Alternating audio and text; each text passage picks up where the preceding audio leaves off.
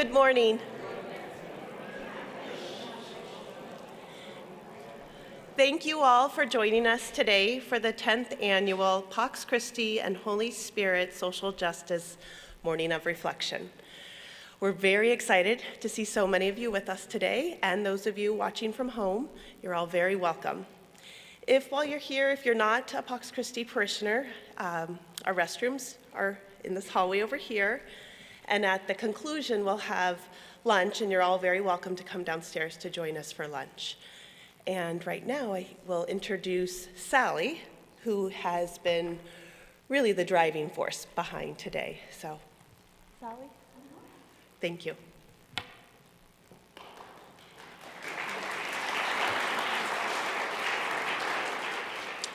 Good morning.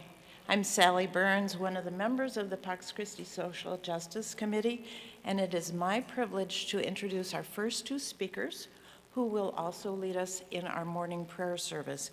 They are Sister Marlis Jacks and Sister Ramona Miller, both Franciscans here from Assisi Heights. Sister Marlis Jacks has wide experience in social justice and in education. Early in her career, she taught in elementary schools and worked in community development in small rural towns and areas in southwest Minnesota and southeastern South Dakota. For over 10 years, she taught spirituality and theology to young women entering the congregation. After further study in spirituality and Catholic social teaching at Gonzaga University, she shifted her work to focus more on justice issues. She worked in poverty areas in Appalachia, and then with the world's poorest of the poor alongside the Sisters of Mother Teresa in Kenya, Ethiopia, and India, finally teaching in Cambodia after the war. There, human trafficking was a big issue, and that prompted her 12-year involvement in human trafficking education after she returned home to Rochester. With the Pax Christi Peace Group, she helped initiate Rochester's Habitat for Humanity, and she currently serves on the Diocesan Social Concerns Committee. Sister Ramona Miller has vast experience in retreat centers and in pastoral ministry, serving as a director of faith formation and as a pastoral associate. She has served as director of spiritual formation at the Franciscan School of Theology in Berkeley, California, and also on her congregation's leadership team. For over 25 years, she was a staff member for the Franciscan pilgrimage programs, leading pilgrimages to Assisi, Italy. Sister Ramona has served as the president of the National Franciscan Federation, and she continues to offer presentations on contemporary aspects of Franciscan spirituality, including virtual pilgrimages to Assisi.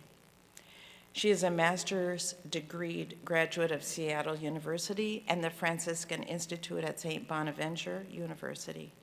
In addition, she's the author of In the Footsteps of St. Clare and the co-author of Praying with Clare of Assisi. We are so fortunate and grateful to have these accomplished women share with us today. And with that, I'll turn it over to Sister Marlis Jacks and Sister Ramona Miller.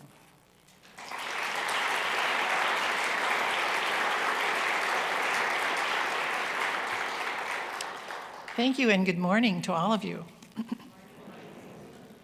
We're going to start with a prayer service this morning that is a little bit different in the sense that it begins with a sculpture.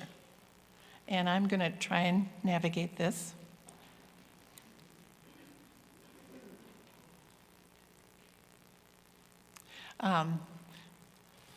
This is a sculpture that has been installed in the Vatican just in September of 2019.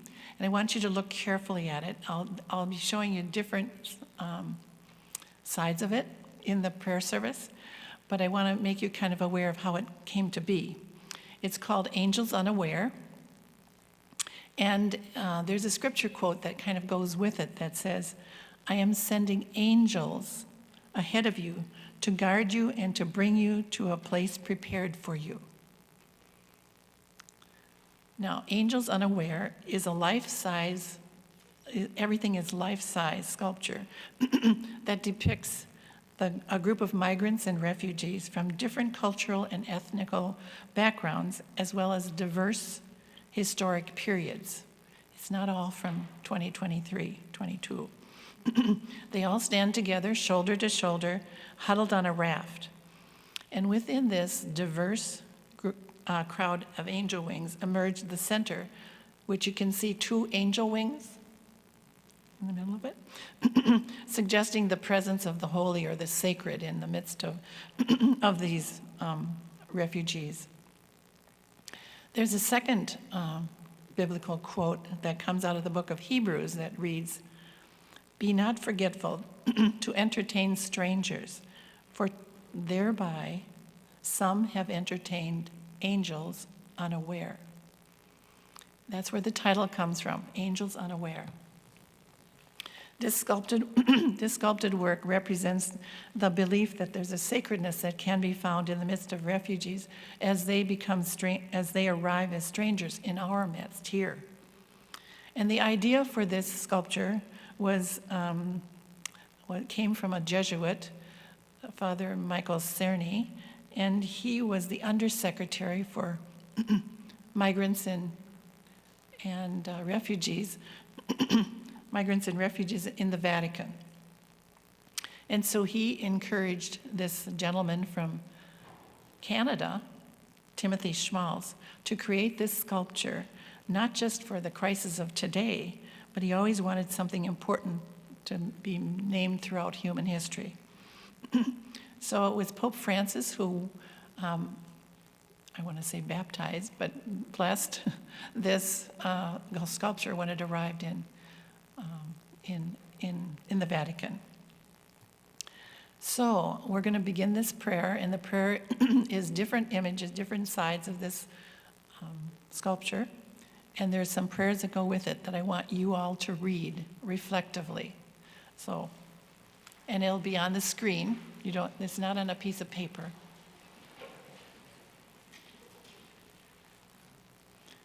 This is just a different view of the sculpture. And some people think they can see Jesus, Mary, and Joseph in this sculpture. So look while you're...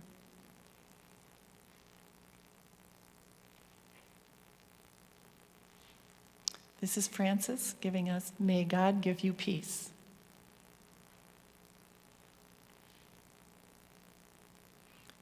God,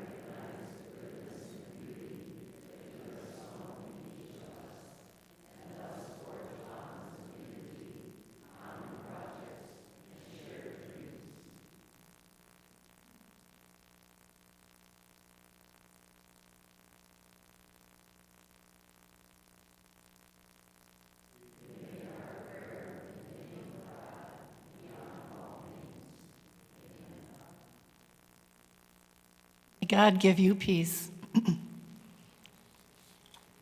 Now, I chose, excuse me, I chose this particular image and sculpture to bring us into what we're going to talk about today, because Pope Francis is one who really believes and accepts and welcomes strangers, and he's always going to the edge, as you know. And so he's kind of widening the space of our tent. He's kind of making it bigger and bringing people from the edges in. Part of the theme for our discussion today is the second of the two encyclicals, the one called Fratelli Tutti. And that one is really about hospitality and relationship. And so that's what we're going to be talking about today. He was always challenging us to what hospitality can be for us and who we need to be for it. So widening the space of the tent is what he's all about. So I'm going to turn this over to Ramona now, who's going to do the first part of our lecture today.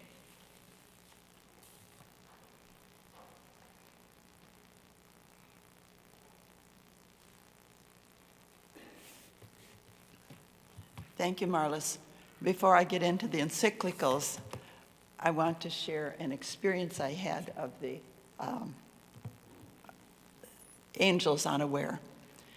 It was my privilege to be in Rome in November, and I had longed to see this sculpture in person that sits out in the Piazza of St. Peter in front of the Vatican. And the only half day available, it was raining. I mean, it was raining. It wasn't just sprinkling. And determined that I would have the experience. How could I be in Rome without going to see this sculpture that we've been meditating on?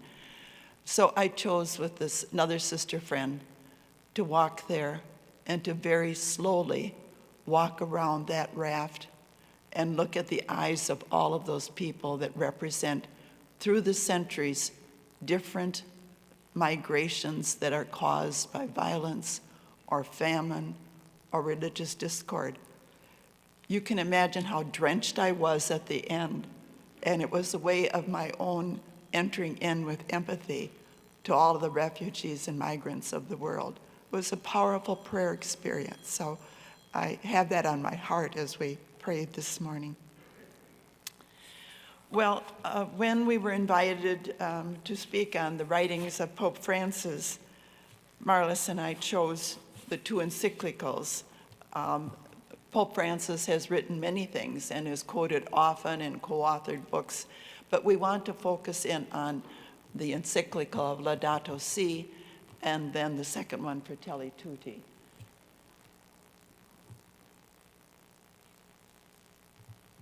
That's all right, Marlis. Turned it off. So let's begin. These very impactful encyclicals are there not just for our meditation, but an encyclical is written as a major concern of teaching from the Pope with suggestions for action. So this is something that you're engaged in this morning to say, well, how is that affecting me? How am I, as a member of the body of Christ, to appropriate and make a difference in the reign of God for what is written here? My particular forte is in Franciscan studies, and so what I want to offer you this morning is the background, the foundational thought that Pope Francis had from St. Francis of Assisi in the 13th century. And when Pope Francis announced at his election in 2013 that he was taking the name Francis, of course we Franciscans were mighty excited. But it is a profound symbol, sign, and indicative of what this man, Pope Francis, was going to be about for the church. When the encyclical Laudato Si came out in 2015, I want to let you know that he then explained his thought process about being Pope. He said, I do not want to write this encyclical without turning to that attractive and compelling figure whose name I took as my guide and inspiration when I was elected Bishop of Rome. He says, I believe St. Francis is the example par excellence of care for the vulnerable and of integral ecology lived out joyfully and authentically. He's the patron saint, we know, of those working in ecology and much loved by non-Christians. He was particularly concerned for God's creation and the poor and outcast. He loved and was deeply loved for his joy, his generous self-giving, his open-heartedness. You know, as I read this self-disclosure from Pope Francis, he's choosing words that he himself is resonating with. This is coming from a heartfelt place, that he's identifying with Francis of Assisi for his joy, his generous self-giving, his open-heartedness. And then he goes on and calls him a mystic, and I'll say something more about that later. But he ends with this sentence, that St. Francis shows us just how inseparable the bond is between concern for nature, justice for the poor, commitment to society, and interior peace. That one sentence sums up all that we want to be about this morning, and that Pope Francis is saying to all of us in the world, not just to Catholics. This encyclical is not addressed just to us baptized Catholics. This is a teaching for the human family on care for the earth. But this sentence that he uses the words inseparable bond, nature, justice for the poor, commitment to society, and interior peace. Profound sentence. I'll say more about that, but I want to get at the meaning of the title, Laudato Si. When you came in, among your handouts there at the door was one called Canticle of the Creatures. If you would take a look at that, I want to say some more about that right now. I gave you a copy that has the English version on one side and an Italian on the other side. The Italian of Canticle of the Creatures is the first literary work in Italian.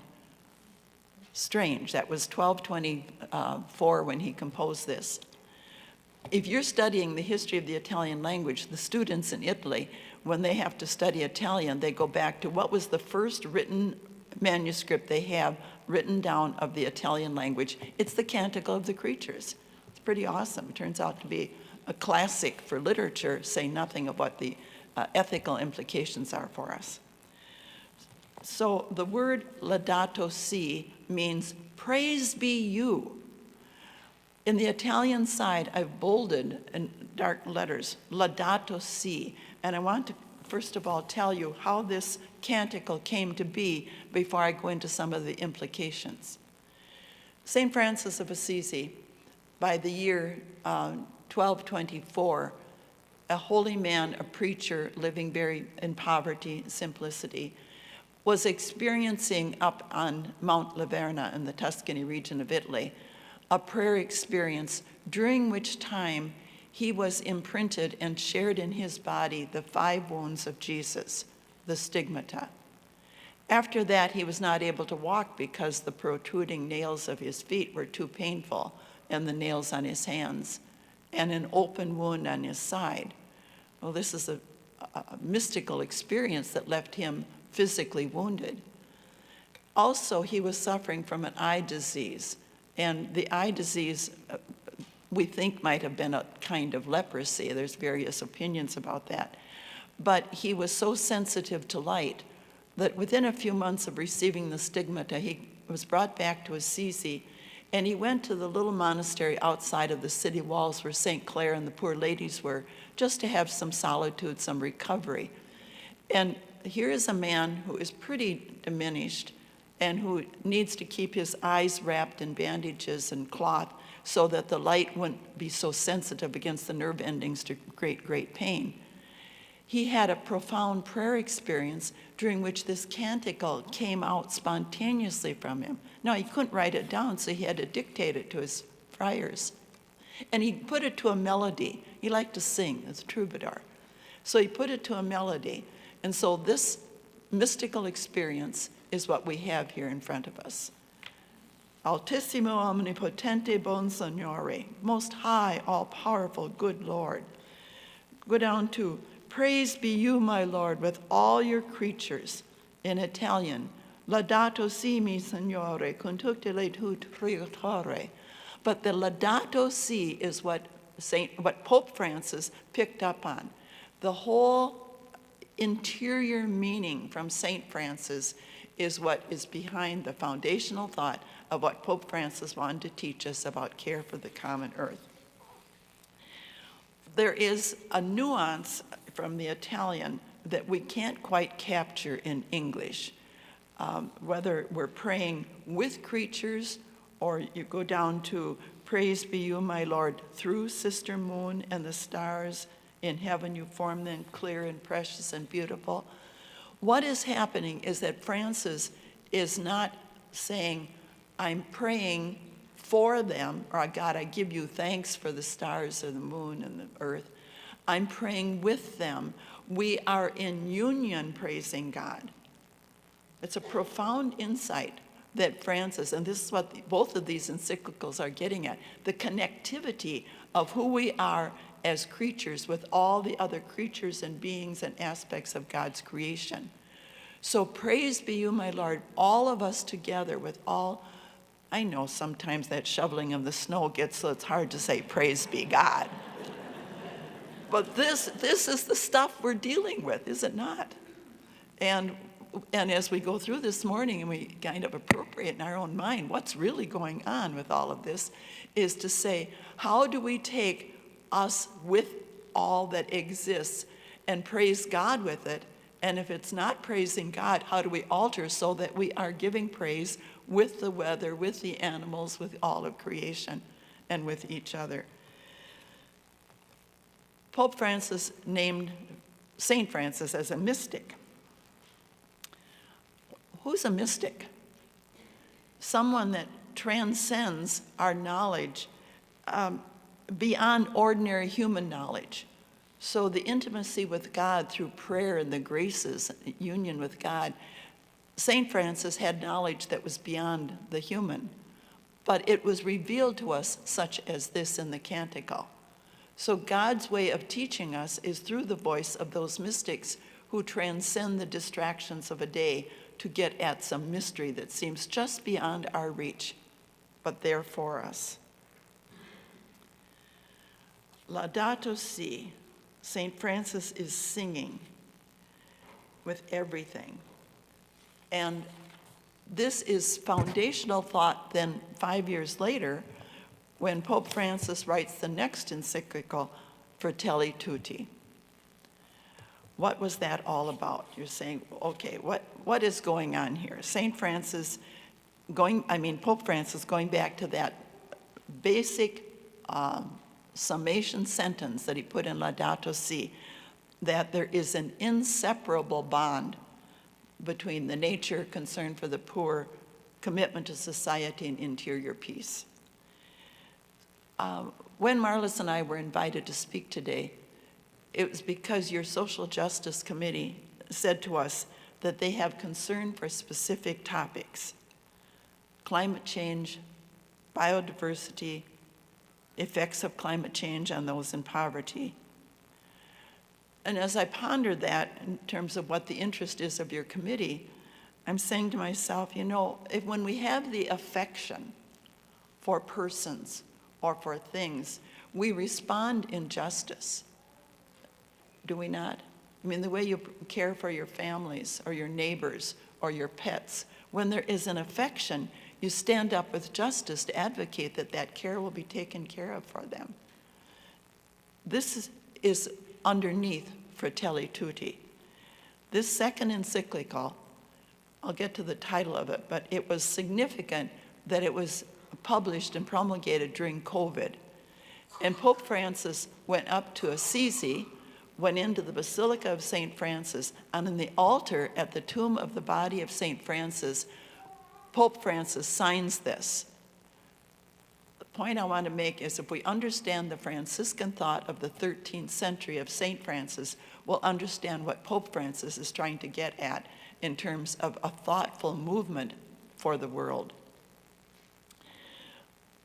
St. Francis addressed all of his followers as brothers and sisters. In Italian, Fratelli Tutti. Hey, all you brothers and sisters, all of you together. That's who I'm talking to. That would be St. Francis. So Pope Francis is saying, hey, all of you out there, I'm talking to you. It's a common phrase. Pay attention. It's all about relationships. Franciscan movement in the 13th century. to break down the social caste system of the time, that we're all brothers and sisters together. Pope Francis is picking up on that. Do you remember back in the 80s when we were hearing a lot about solidarity as a movement in Poland? That's where I remember that there was quite a bit of attention because it was an anti-authoritarian social movement using methods of civil resistance to advance the cause of workers' rights and social change. Now, the Polish government in the early 1980s tried to destroy that union, and through the imposition of martial law in Poland. Well, the political repression failed. The workers were able to have a movement that was bringing about justice. But the word solidarity that Pope Francis is using in this encyclical is connecting with a movement of people together. I want to pick up just on that word solidarity. If you have the encyclical, it's beginning in the sections of paragraphs 114.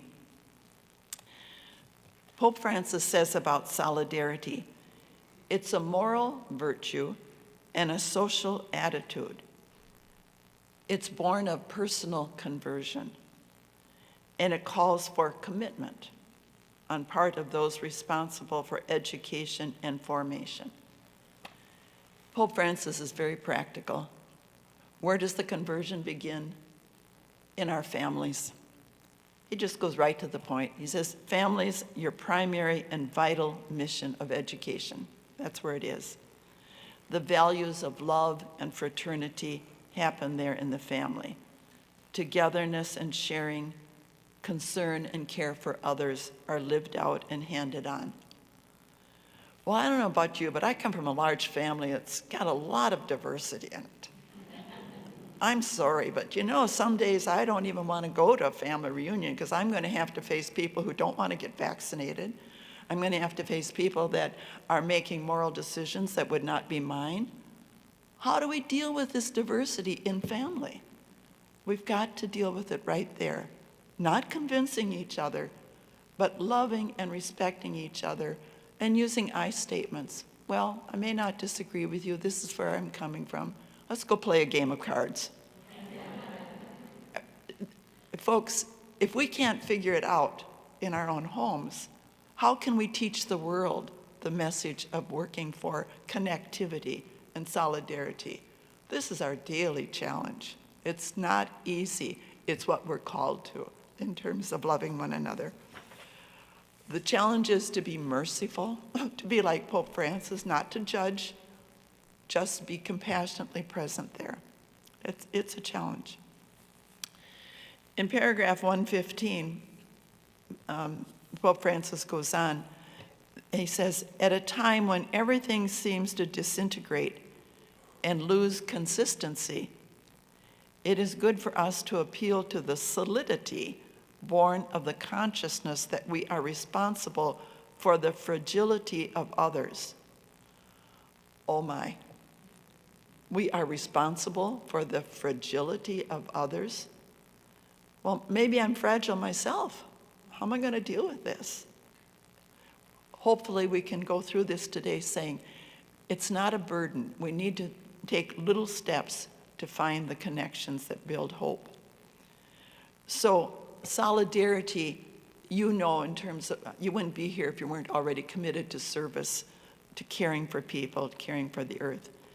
What Pope Francis says is, service always looks to the faces, touches the flesh, senses the closeness, and even in some cases suffers that closeness and tries to help.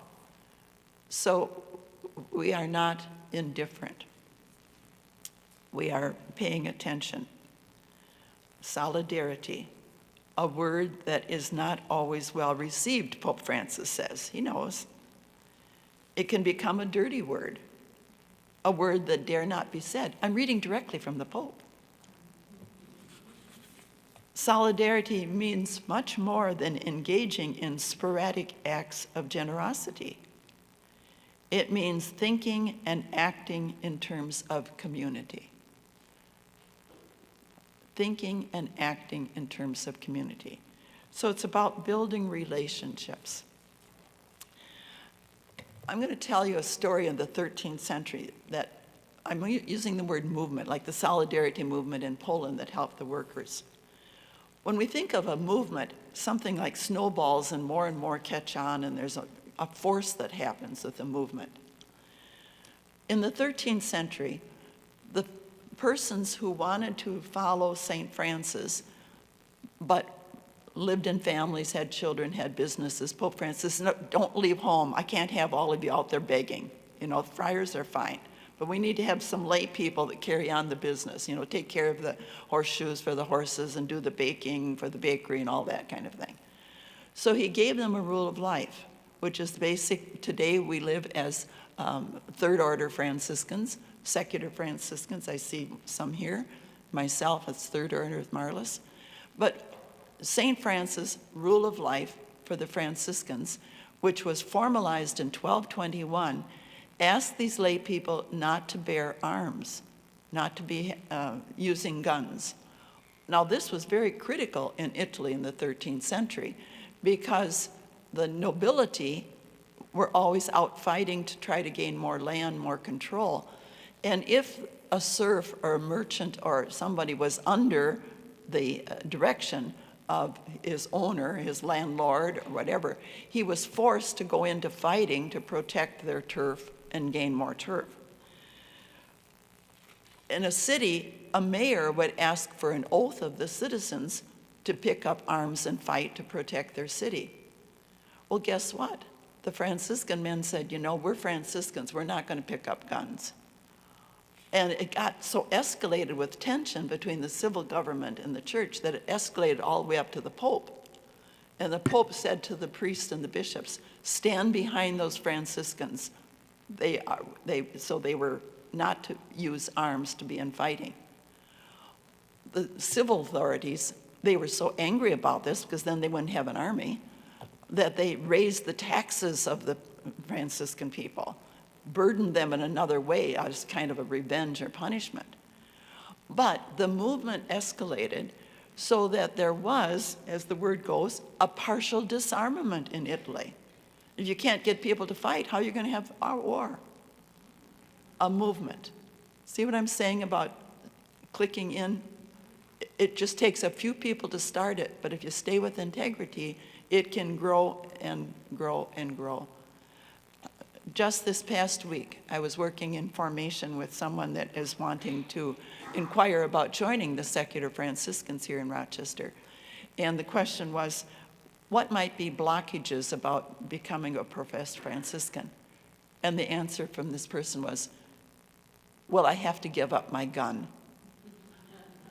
Very good insight. What does it mean to really commit to being a peacemaker in our society?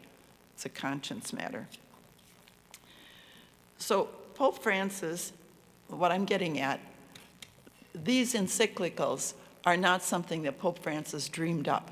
This has foundational thought for centuries. You build a house, you want to make sure your foundation is very firm. The foundation for St. Francis of Assisi was the gospel of Jesus Christ. We're building on the gospel of Jesus Christ as witnessed through the Christians through the centuries. And Pope Francis is making that link to what are the social issues today, what's going on with our society. I think, Marlis, I think this might be a good time for you to spend some time talking to us about the practical implications, how we might act out some of our concerns about these encyclicals.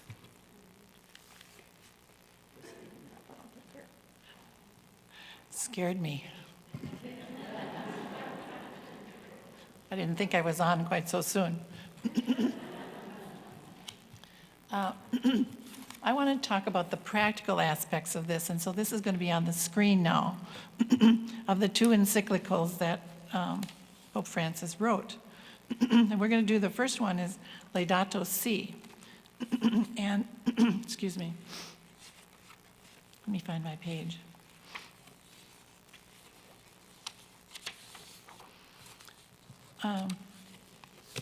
Laudato Si is about care for our common home. And as Ramona talked about, that those are the aspects of what it means to be in relationship with everything in creation. So what I've done is I've taken the first one is Laudato Si and looked at all the chapters. Now here they're called sections. And so I've put some of them together so the numbers don't exactly go in chronological order. But I think what St. Francis was doing was resetting the table. Now think about that. Francis didn't put anybody aside. Everybody counted. He wanted everybody at the table. One of the ways in which I think he's resetting the table is by having the synod. The synod was bringing together people in the pews, yourselves, to talk about what is meaningful for your faith and your faith experience in living out the gospel. One of the ways in which he was bringing people to the table was he was looking for a table of involvement, table of responsibility. So he wanted everyone to pull up a chair. So we're pulling up a chair to section 1 and section 2 here in Laudato Si, which is the cry of the earth and the cry of the universe, or the vulnerable. And so he's looking at what kind of response can we do. So the response is looking at, in your own geographic area, what is it that you might do to fill that responsibility? Well, one of them is use renewable energy. Do you look at solar and geothermal? Do you look, the city of Rochester is looking at moving ahead to be carbon neutral by 2030. Look at clean water, buffer zones, support human life, being aware of the vulnerable in our community, the immigrants and the refugees. So these are the first 2 chapters in the book, Laudato Si. Ecological economics. This one is looking at fair trade amongst peoples and nations. Divestments of fossil fuels might be a way to do that. Invest in renewable energy, but also to appreciate snowfall, if you can.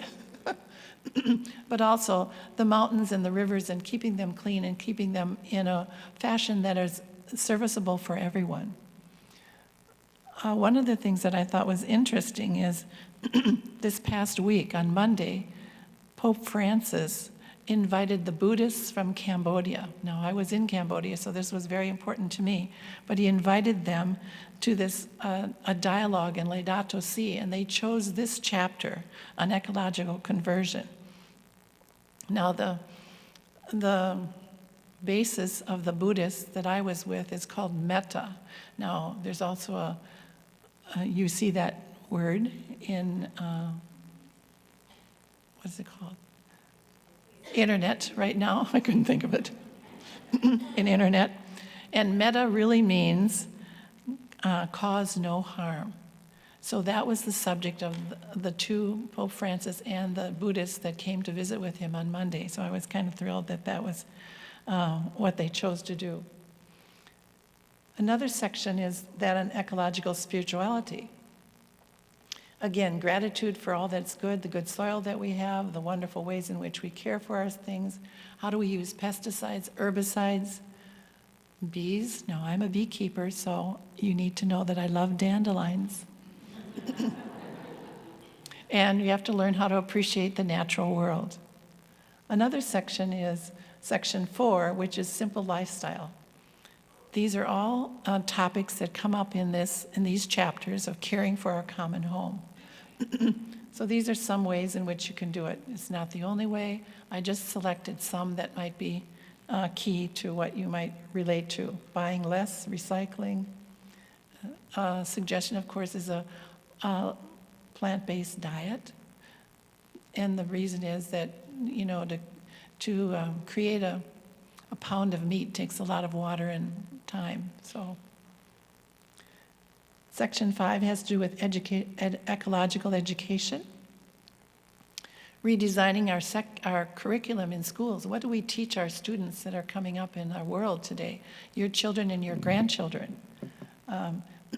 Support persons who are learning the skills in getting a degree in integral ecology, educating yourselves. There's a wonderful thing in Rochester called The Threshold, in case you don't know about it, but they're doing all kinds of ecological things of how you can transfer or make new choices.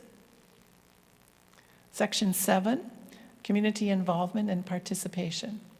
And that's looking at clean water, buffer zones, be involved in your local area, how can you do it? Maybe even things like National Night Out would be one way in which you can have a relationship with your neighbors, people who live in your geographic area. Now we're going to look at Fratelli Tutti and what the chapters of that book on fraternity and social friendship is about.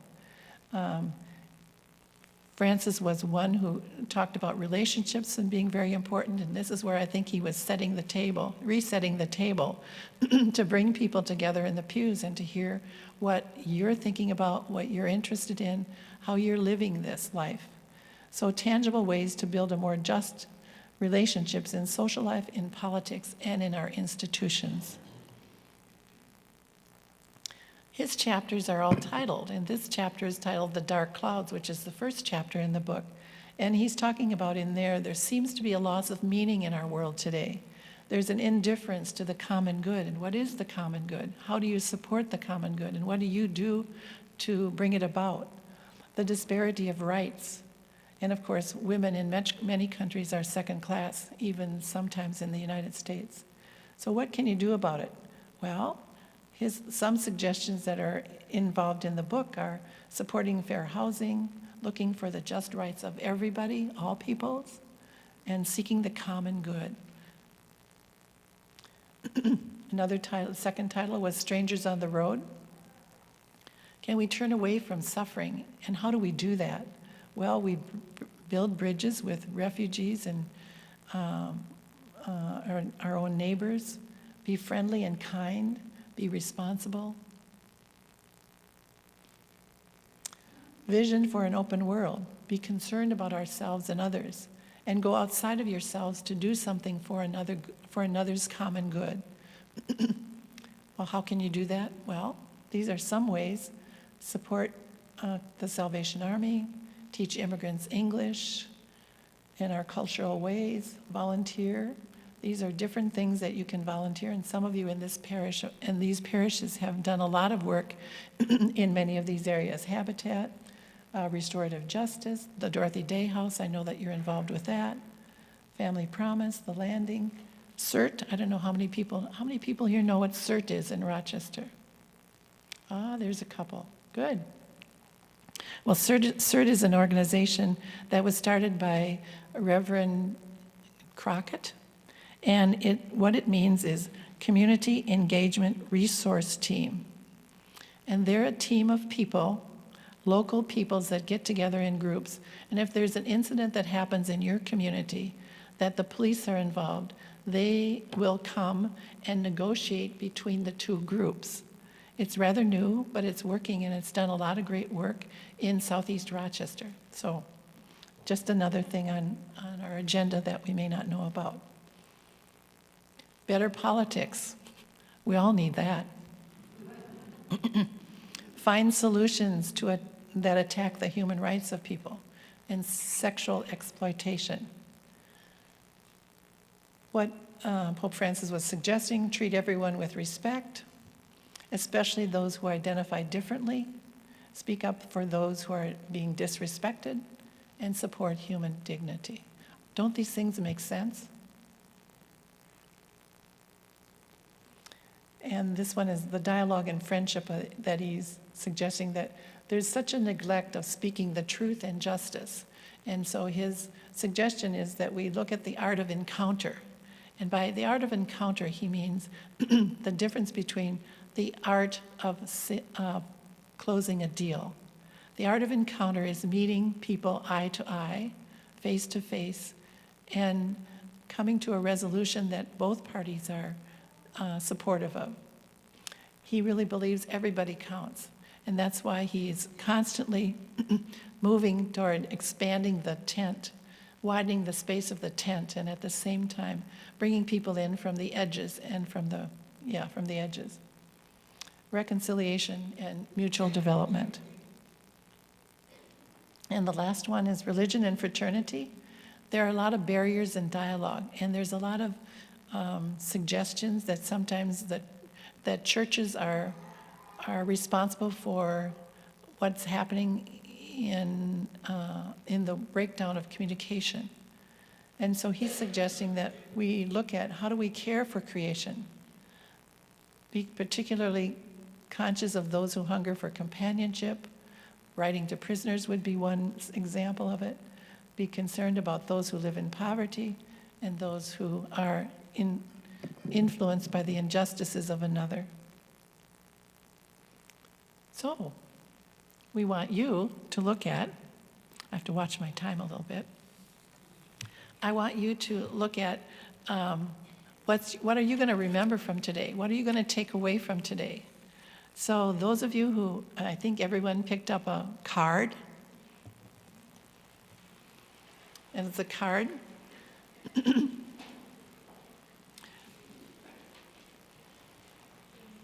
Okay, so the card has one key on it or two keys. Okay, can you find your keys? Okay. One key are the doors that are closed. If you have two keys, the door is open. But I want you to look at what is closed for you that is not working for the common good. And those who have the two keys, you're to think about what is an open door that's calling you at this point to do it for the common good.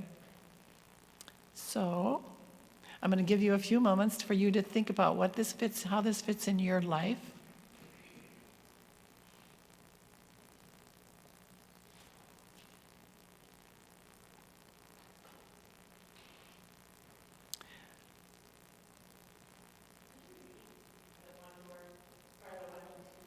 The one key has a closed door. Now put yourself in that situation that you see on the back. Sometimes it's on the seashore, sometimes it's in the mountain, sometimes it's in a rural field. But whatever it is, put yourself there and think about what is it that is closed for you. How do you feel closed? Now, the open ones, what is opening up for you to care for the common good in your community?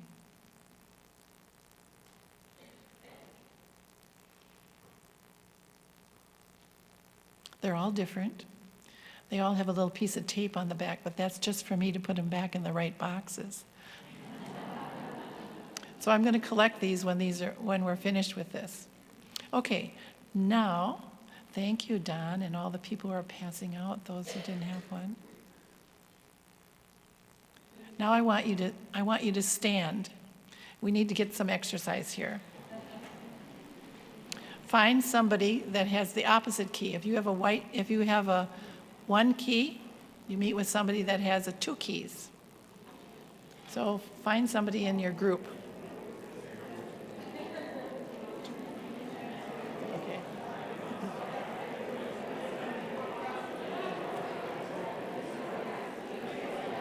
So we're doing okay. We're just 10 o'clock. Yeah, so you can finish. Right. So after, we'll just let them talk. After this, just listen to them.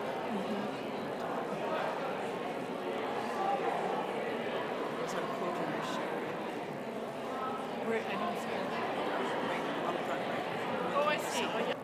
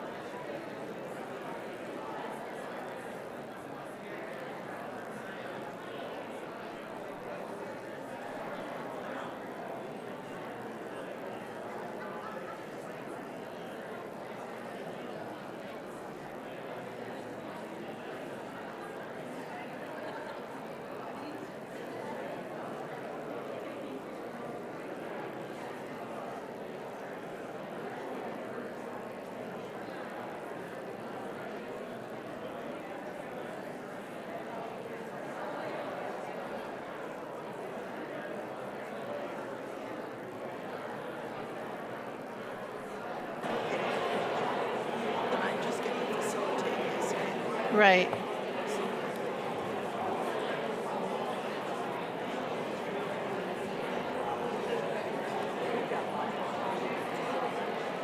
We do.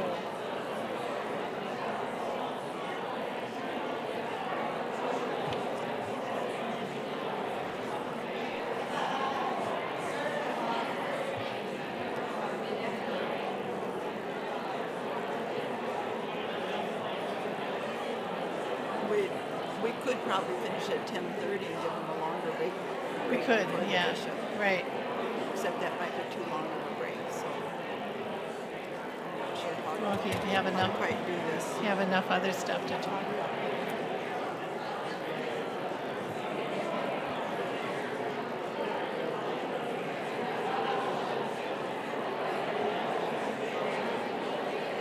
So you're going to bring them back? Yeah.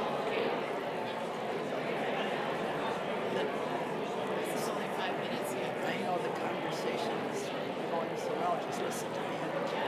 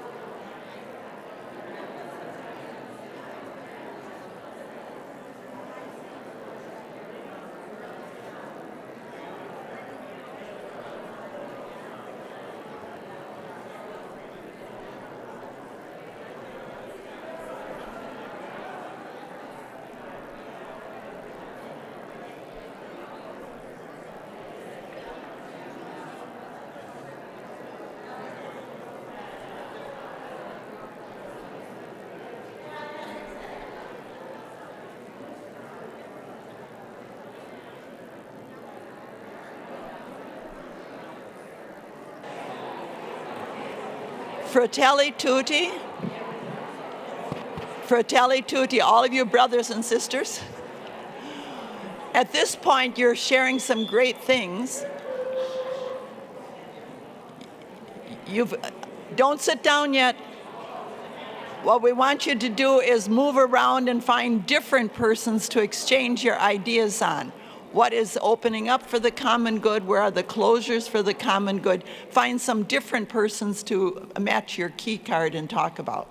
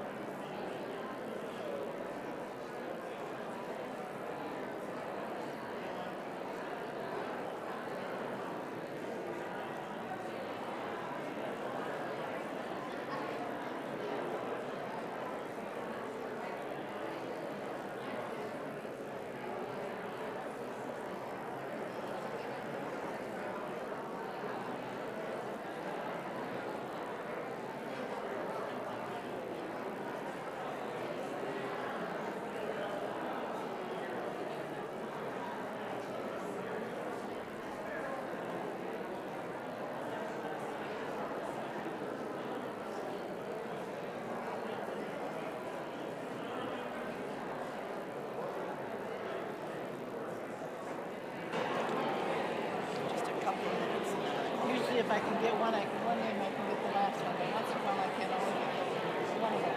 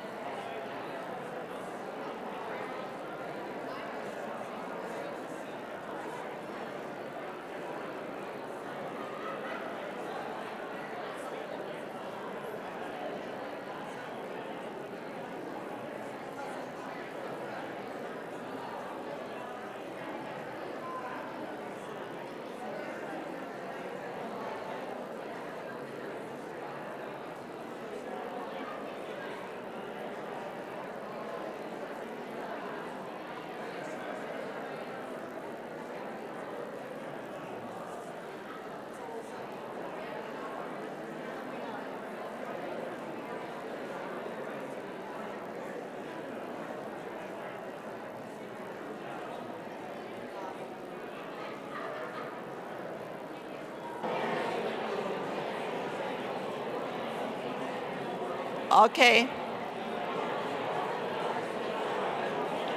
Brothers and sisters, you may now go back to your seats. We'll regroup.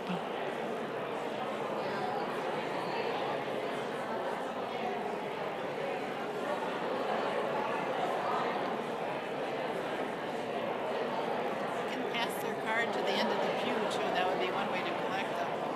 Okay. Or at the very end when they go out. Yeah. Leave them in the basket. Well, I think someone will walk away with them. Oh, I just got some back from chapter last week. so if they pass it to the end of the pew, Yeah. which side, which It end? doesn't make any difference, whichever way. Well, let's see, pass them to the To the center, towards the center. to the two outside. And the two. To the outside aisle. One will be. One go this way, this one goes that way. So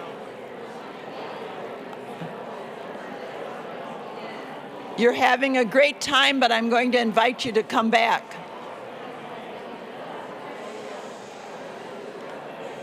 Wrap up your summation and then come back.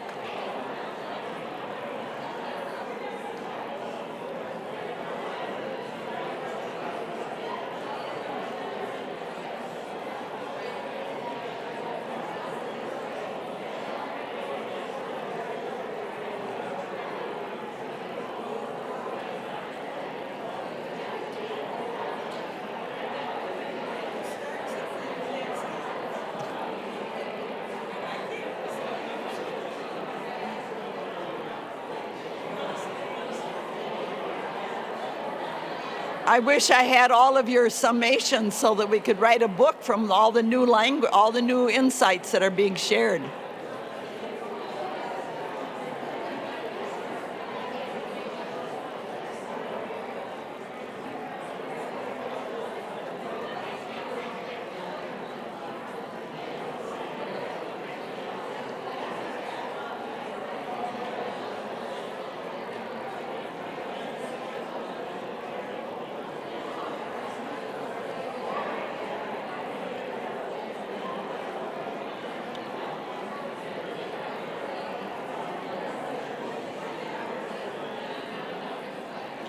I invite you to come back to your places.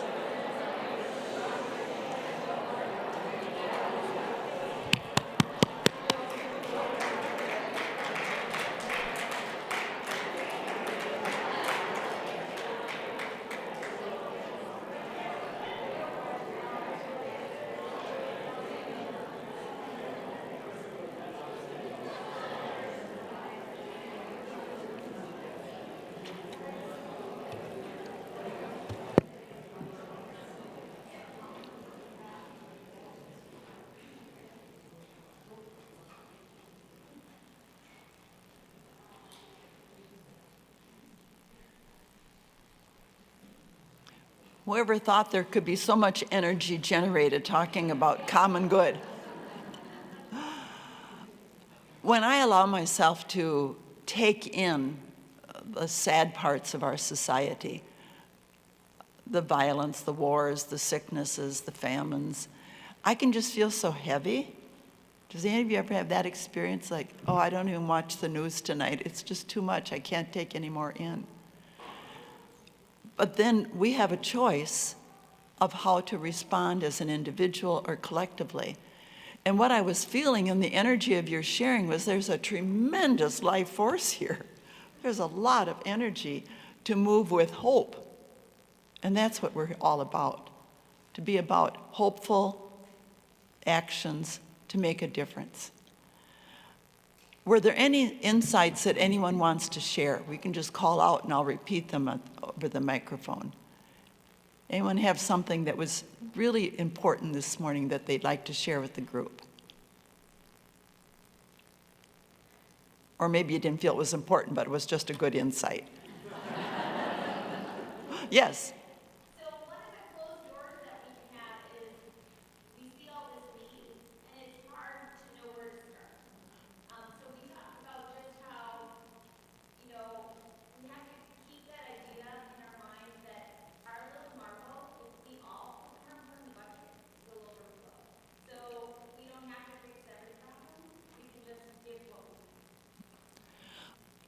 I'm going to repeat that because it's very important that our closed door is, it just feels overwhelming, and I don't know how to get that door open. But if we just take the conviction that my little piece, you'd use the example of like putting a marble and then everybody else puts their marble in, and then we have a fullness to respond.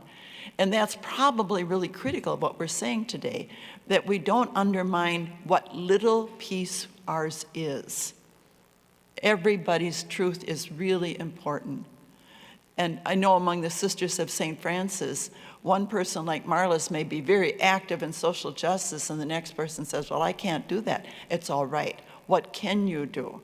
In the case of our retired sisters, I call them the powerhouse of prayer.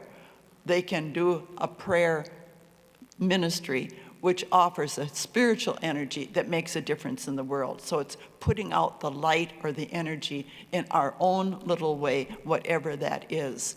So what I think is important about what you're saying is not to compare what my little thing is with somebody else's. Just own my little way of having some hopeful action, okay? Someone else, another insight that was shared. Yes, Carmen.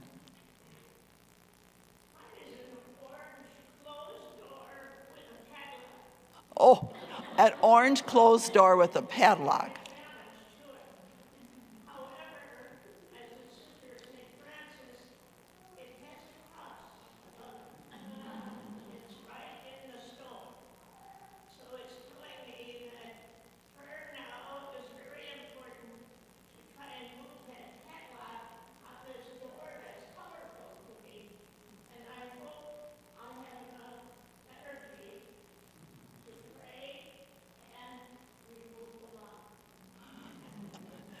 Sister Carmen, I'm going to embarrass you a little bit. This is our 90-year-old sister who has power in her prayer in her life.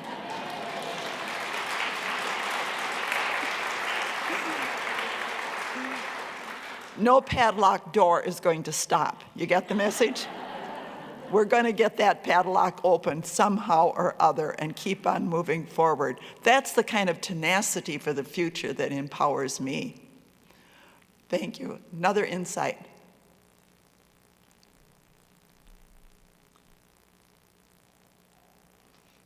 Yes, Claudia. So, our group talked about when you're just exhausted and just really tired, sometimes you need a break. That might mean just taking a step back from the situation and maybe going into nature, the mountains or the ocean or whatever else you're doing. Claudia's suggestion is sometimes you just need a break and go find a place of solitude, refreshment, going out to an ocean or going to the woods. I'm going to expound on that a little bit, Claudia, in terms of our spiritual life. We can't keep on spinning and spinning and spinning without refurbishing. This is why our daily prayer practice is important. We can't just give out what we don't have. And first of all, we need to fill up our own reservoir with God's love and God's blessings to give. And day after day after day, sometimes it's just not enough. Going away for retreat, going away for vacation, those of you that have a lakeshore home, going to the lakeshore home, find the place to fill up with God's Spirit, with beauty, with quiet. So in the sentence that I was using this morning, that I'm saying the summation sentence from Pope Francis, interior peace was the last of it. I'm going to repeat that because I think that that sentence sums up everything we're about. So Pope Francis says that it was St. Francis, shows us just how inseparable the bond is between concern for nature, justice for the poor, commitment to society, and interior peace. That interior peace is arrived at by the discipline of solitude and prayer. And if solitude is out in the garden or at a lake or at a woods, we need to get in touch with that if we're going to convey peace and compassion to others. It can't come out of our ego. It has to come out of a practice of being in tune with that spiritual world that we want to extend to others. Very important lesson for us. In Laudato Si', paragraph 10. of Laudato Si. Is the sentence sums up how Pope Francis identifies with St. Francis. Yeah. Another insight? Melinda.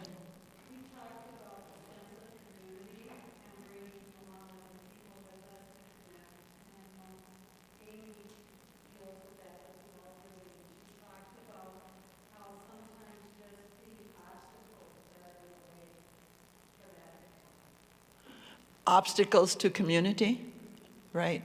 Probably the language that we're using among us with our lay associates is intentional communities, that if I know a few people that are my intentional community to be with for prayer, some of you are in secular Franciscans, teams of Our Lady, Social Justice Committee, where do you find like-minded people to build community with? And if I learn the skills of building the unity in those small groups, it gives us the strength to widen the concentric circles for others. We can't do this work alone. And we are social beings, so we need to bond with people that can help us build that community. Yeah. Okay. Well, Marlis, you and I have talked about what we're taking away from this morning. So why don't you start? What's your takeaway? I'm not sure. Speaking to the microphone is one of the things I learned. One of the things I learned was the thing of trusting and respecting each other in moving forward to as someone just said, to become community, to do it together. Also, when we were preparing, we were surprised at the number of people that would choose to register on a Saturday morning for this topic. So one of the takeaways is that there is interest and a really positive approach to life in this community. And when Marlis, who's so connected and networked with Rochester, named all the possible options on every section of both encyclicals, you were naming lots of good things that are happening in this city that people are connected with. And so our takeaway is an observation that there's a lot of good going on. And sometimes just hearing about it alerts me to add on with whatever my own actions are. I think the other thing that I was reflecting on, that I probably expounded on when I responded to Claudia, was my takeaway is that the soul life, the spiritual life of society is what we are about here. And this is where the crisis is. The crisis is, first of all, a spiritual and moral crisis before it is a political crisis.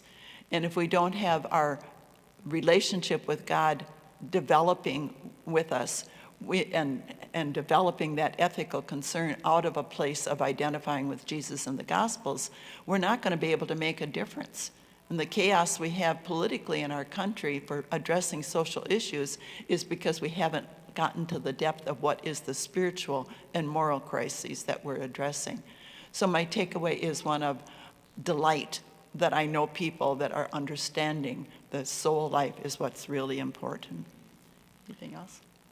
I think another thing that we need to learn from each other is not to make judgments on what's out there. Everybody counts. Everybody is important. Everybody has a story. And that story is the one that we need to reach, and we need to hear from the heart. Because that's where our relationships develop. That's where we find our common home. And our task is to always work for the common good of everyone.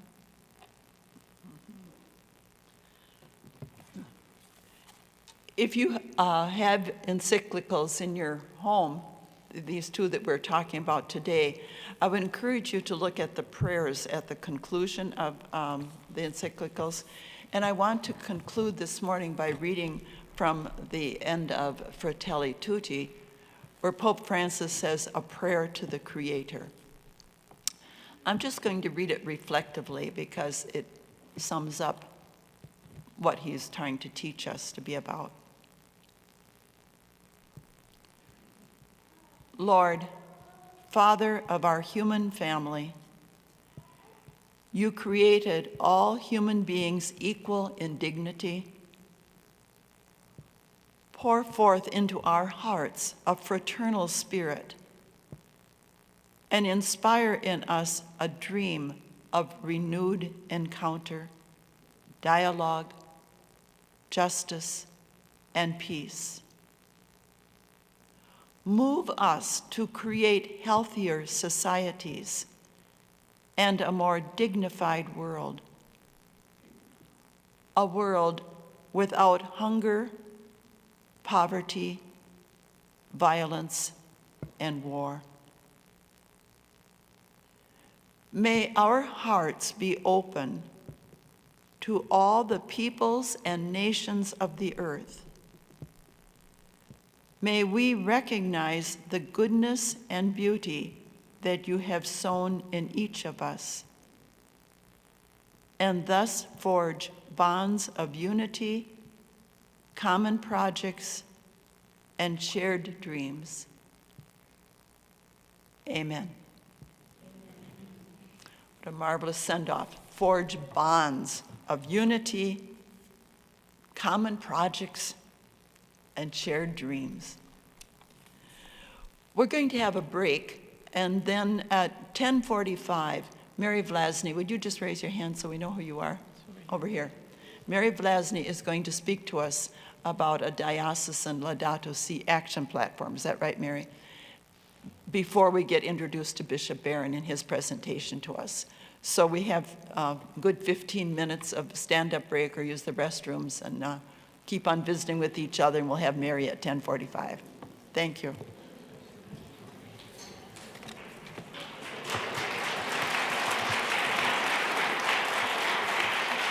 Very good.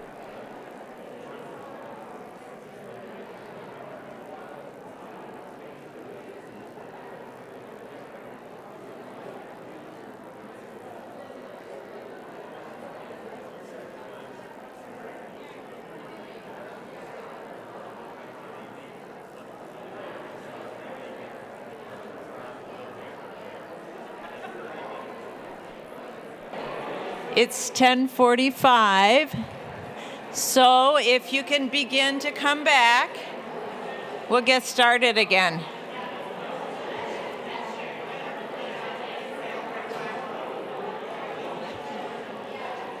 Or not.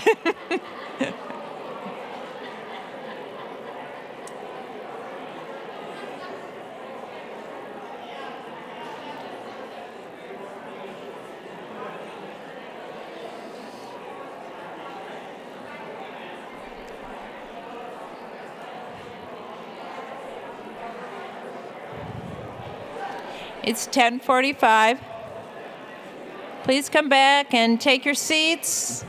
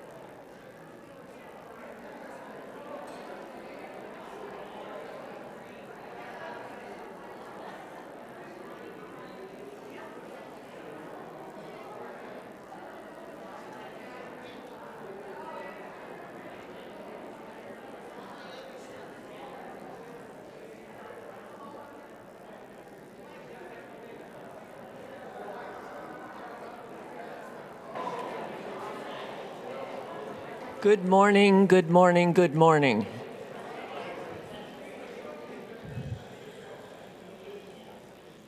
So I am Mary Vlasny, and I'm a big believer in cooperating with grace. And I believe that the Holy Spirit is moving with grace here, in this place, in this time, and I'm taking advantage of it. So consider this an invitation. We've talked about Sister Ramona and Sister Marlis are so amazing in opening up Laudato Si and Fratelli Tutti for us. And there's a connection of our passion for creation care to the local and the universal church. And this is on behalf of all creation. And the vision of this is based in sacred scripture, where Genesis tells us how God saw that it was, as it was set in motion, it was all very good. And it's also based in our salvation history. Jesus gave us himself in freedom and love to reconcile the world to God. And we're called to do the same. Pope Francis gave us Laudato Si on care for our common home as an invitation to all people on the planet. Do any of us qualify? To see, to repent, and to work to reconcile the damage inflicted by humanity on creation. And you are invited here and now to participate in this journey. We have a vision, we have hope, we have grace, we have opportunity for personal conversion and to work as local church and universal church. So I can't tell you exactly what this will unfold as, but I can tell you that it's based in the Laudato Si platform. And I'm inviting you to take a look at a sign-up sheet out on the desk and indicate your interest, and then you'll be part of whatever communications come forward from now until who knows what we can accomplish together. So thank you very much for considering this invitation to each one of you.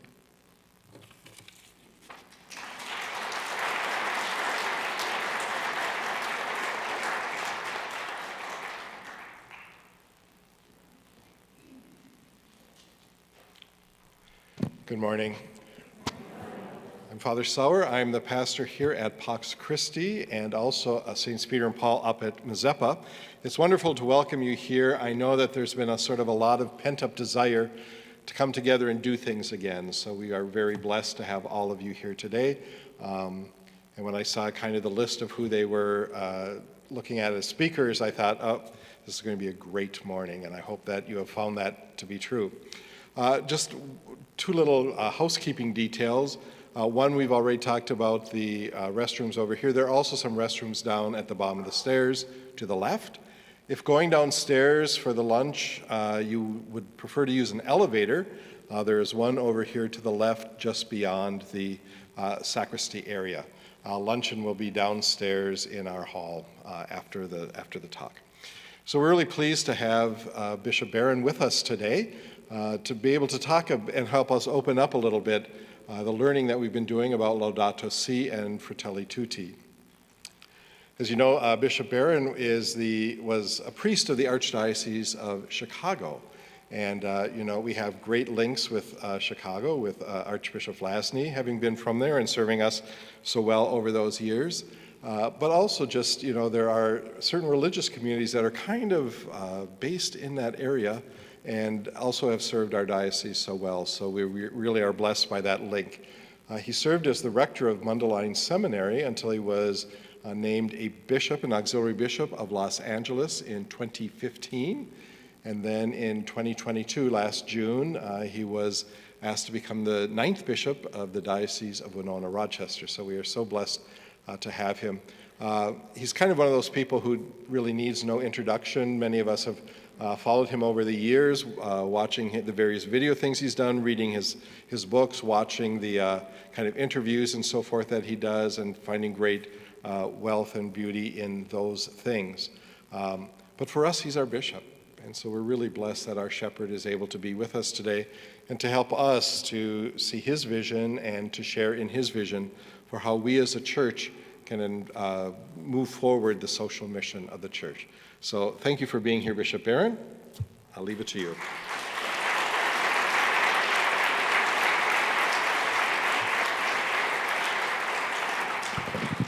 Okay, Father John, thank you very much for that. Thanks everyone for being here. I think when I first asked about this event, I don't know who it was, but they said, I think, there'll be 30 or so people there. So when I walked in and saw this crowd, I was just delighted.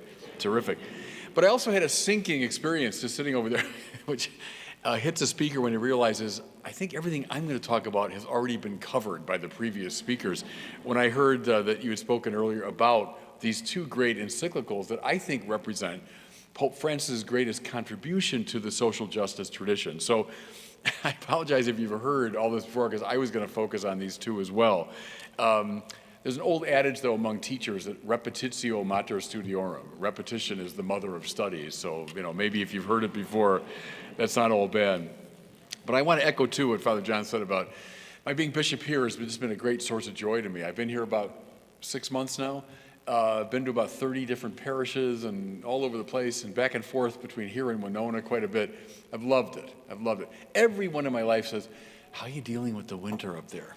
It doesn't bother me at all. I'm from Chicago. I know all about winter, so that doesn't bother me.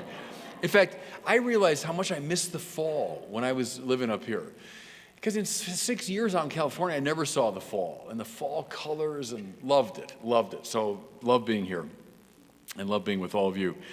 So let me say a few simple things then about Laudato Si and about Fratelli Tutti, which represent, as I say, the unique contribution, I think, of Pope Francis.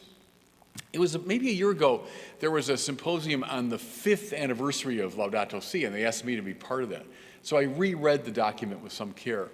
And what I said in my opening comment was, what really struck me is what a remarkably anti-modern document this is, which I mean as a compliment. Now, what I mean by that is not, it's against the modern world. I mean, the Pope is standing athwart the dark side of a particular philosophical movement that gave rise to our world. A movement beginning in the 17th century, moving into the 18th century, figures like Francis Bacon, René Descartes, Immanuel Kant, Leibniz, Jefferson, and Voltaire on the political side, Rousseau, all those figures who gave us the modern world. Mind you, the two great accomplishments of which we'd never want to go back on, would be the scientific revolution. The fact that we're in the shadow of the greatest medical center on the planet. Well, that's the result of modernity. Thank God, that's the result of the scientific revolution. And the fact that we live in a polity marked by respect for human rights, basic equality, representative democracy, limits on power. Thank God for all that. I would never want to go back behind that. So the two great accomplishments of the modern, it seems to me, the scientific revolution and the political revolution. However, and think here of Carl Jung, the great psychologist, everything positive always carries a shadow. And in fact, the more positive it is, often the deeper the shadow. Postmodern thought, so that characterizes a lot of the thinkers today. Postmodern thought is very aware of the dark side, the limitations of modernity. And I think Pope Francis is very much in that tradition. This is a very postmodern text, Laudato Si. Let me try to show this to you by making reference to the man who had the greatest impact on it, in my judgment. That's a man named Romano Guardini. Maybe not a household name, but should be. One of the most significant players in 20th century Catholic thought. Influenced some of the better known names. Guardini was often behind them. Despite that beautiful Italian name, he was German by birth and by culture. His parents were Italian, but he was born and raised in Germany. And like a lot of Germans, he loved to vacation in Italy. And as a young guy, he often went to the beautiful lake country north of Milan, Lake Como, right? And that whole area, that's where he loved to vacation. And he fell in love with it. And one thing he noticed about Lake Como in its kind of classical period was how the human element was in such sort of rhythmic communion with the natural element. What he meant was, as he looked at the architecture, the houses around Lake Como, they seemed to imitate the rhythms of the landscape. They seemed to fit sort of effortlessly into the landscape. And then he comments on how the ships in those days, so like kind of pre-motorized ships, they moved with the waves. They would ply their way, but in rhythm with the waves. He noticed there was a harmony between the human and the natural. Right? Well, then, as the years go by, he began to notice something. It was a declension, a devolution in his judgment. Now the architecture, he was noticing, was becoming much more aggressive, kind of asserting itself despite the environment, knocking down hills. And the way the ships moved through the water, Guardini said, was no longer respectful of the waves. It was kind of disdainful of them as these motorized engines just kind of plowed their way through the waves. He used that as a metaphor now for what modernity has done in the negative sense. With the hyperstress on technology, the hyperstress on what we can do to master the world, so much of nature was disrespected. Nature was seen as a kind of a rival or something to be conquered, to be mastered. And Guardini, this is way back when in the 1920s, was putting his finger on this problem. In fact, if there's one text you want to read by Guardini, it's called Letters from Lake Como. And it's essays he wrote from Lake Como about these various matters. Well, fast forward from the 1920s to 1986, and well, he wasn't so young at the time, which is part of the problem. Sort of early middle-aged Argentinian Jesuit named Jorge Mario Bergoglio was sent for his doctoral studies in Germany. Now, why Germany? Because he loved Romano Guardini and wanted to study his texts. Now, if you read the biographies of Pope Francis, it's kind of poignant because he got over there and he just hated it. He was too old. I mean, I know that when you start doctoral studies, you got to be young enough to handle the rigors of it and so on. But he was probably too old to start. And they say, I love this story, they say he would go to the airport in, I think it was Frankfurt or something, and he knew when the planes were taking off for Buenos Aires, and he would sit and watch them, like longing to be on the plane. So anyway, my point there is he started work on Guardini, never finished it, spent about a year in Germany. But I would argue that Guardini haunts him. And when I read Laudato Si, all I can think is it's Guardini, it's Letters from Lake Como, which is why when it's portrayed as, the global warming letter, I hate that, because yes, he talks about global warming. Yes, indeed, that's an element in it. But it's a kind of reducing it to our political interest today. I would read it rather as the Guardini letter.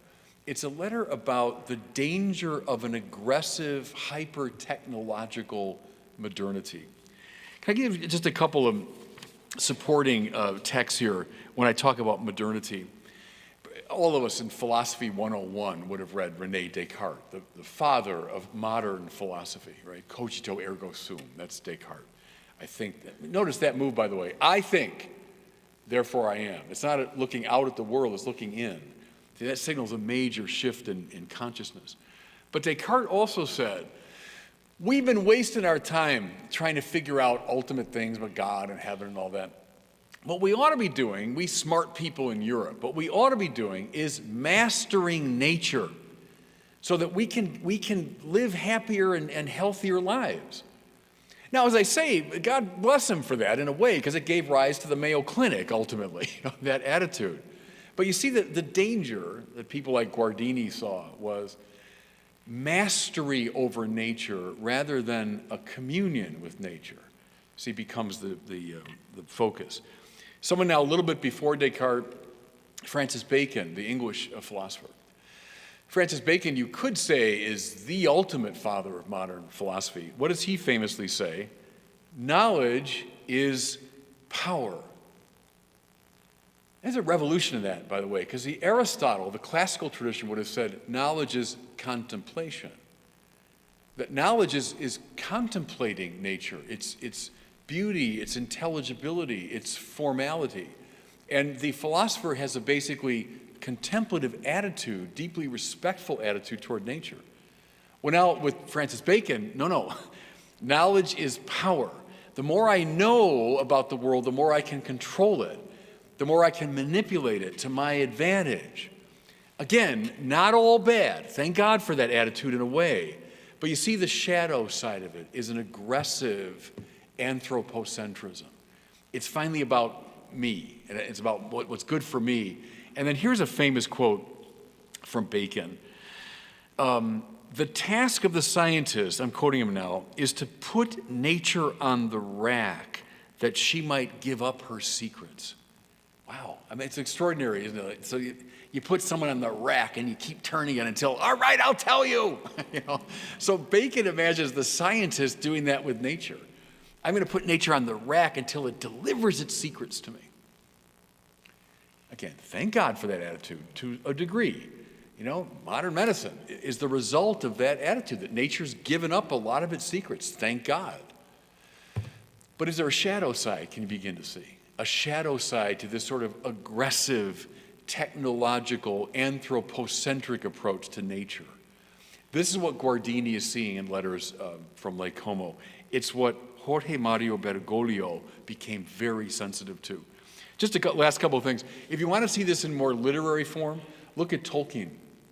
Tolkien's very interesting. You say, Tolkien's a conservative Catholic, and he was in many ways.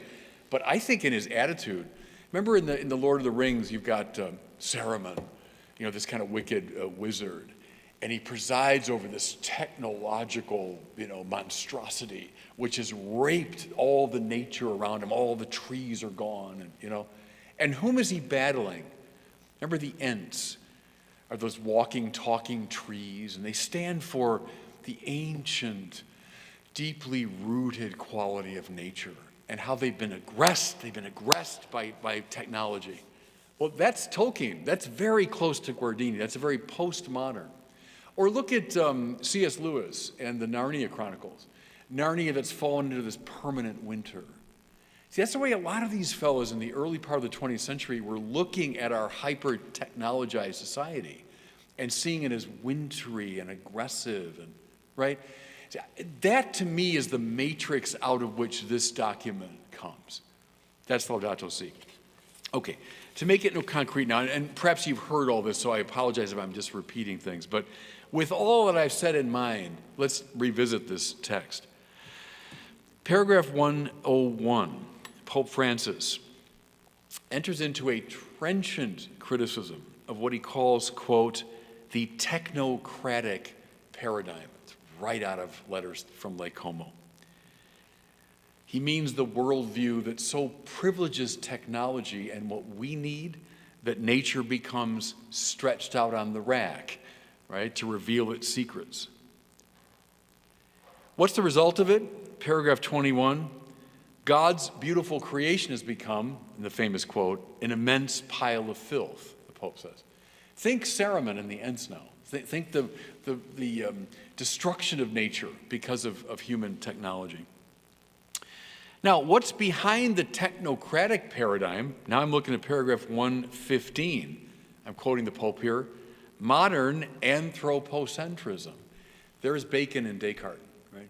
Classical thought was very much nature-oriented, God-oriented. It was a contemplative attitude toward these great external values apparent in nature and in supernature. The shift of modernity, Bacon, Descartes, Kant, and others, is the anthropocentric turn. Cogito ergo sum. I think, I begin with my consciousness. The Pope sees that. Modern anthropocentrism is the problem. A further consequence, paragraph 116, I'm quoting again, a Promethean vision of mastery over the world. Mastery over the world, that's Descartes. That's right from the text of Descartes. A Promethean vision. Prometheus who steals fire from the gods, right, for the benefit of mankind. But this sort of self-assertive, controlling, domineering view, that's what he's worried about. Okay, he does have this in here, which I've been emphasizing a couple times, that we don't want to demonize modernity, and I don't either. We should never forget the great accomplishments, but we're looking at the shadow side. Now, here's something I think is really interesting, because so far you'd be saying, okay, I get all that, and he sounds like more left-leaning political figures today that are really concerned about the environment and really concerned about, an aggressive technology and capitalism, et cetera. But look at some of the other things he says that are very related. What comes from the technocratic and anthropocentric turn, I'm quoting, this paragraph 50. Instead of resolving the problems of the poor and thinking of how the world can be different, some can only propose a reduction in the birth rate. How do we solve our problems? Well, how about contraception and abortion? Let's limit the birth rate.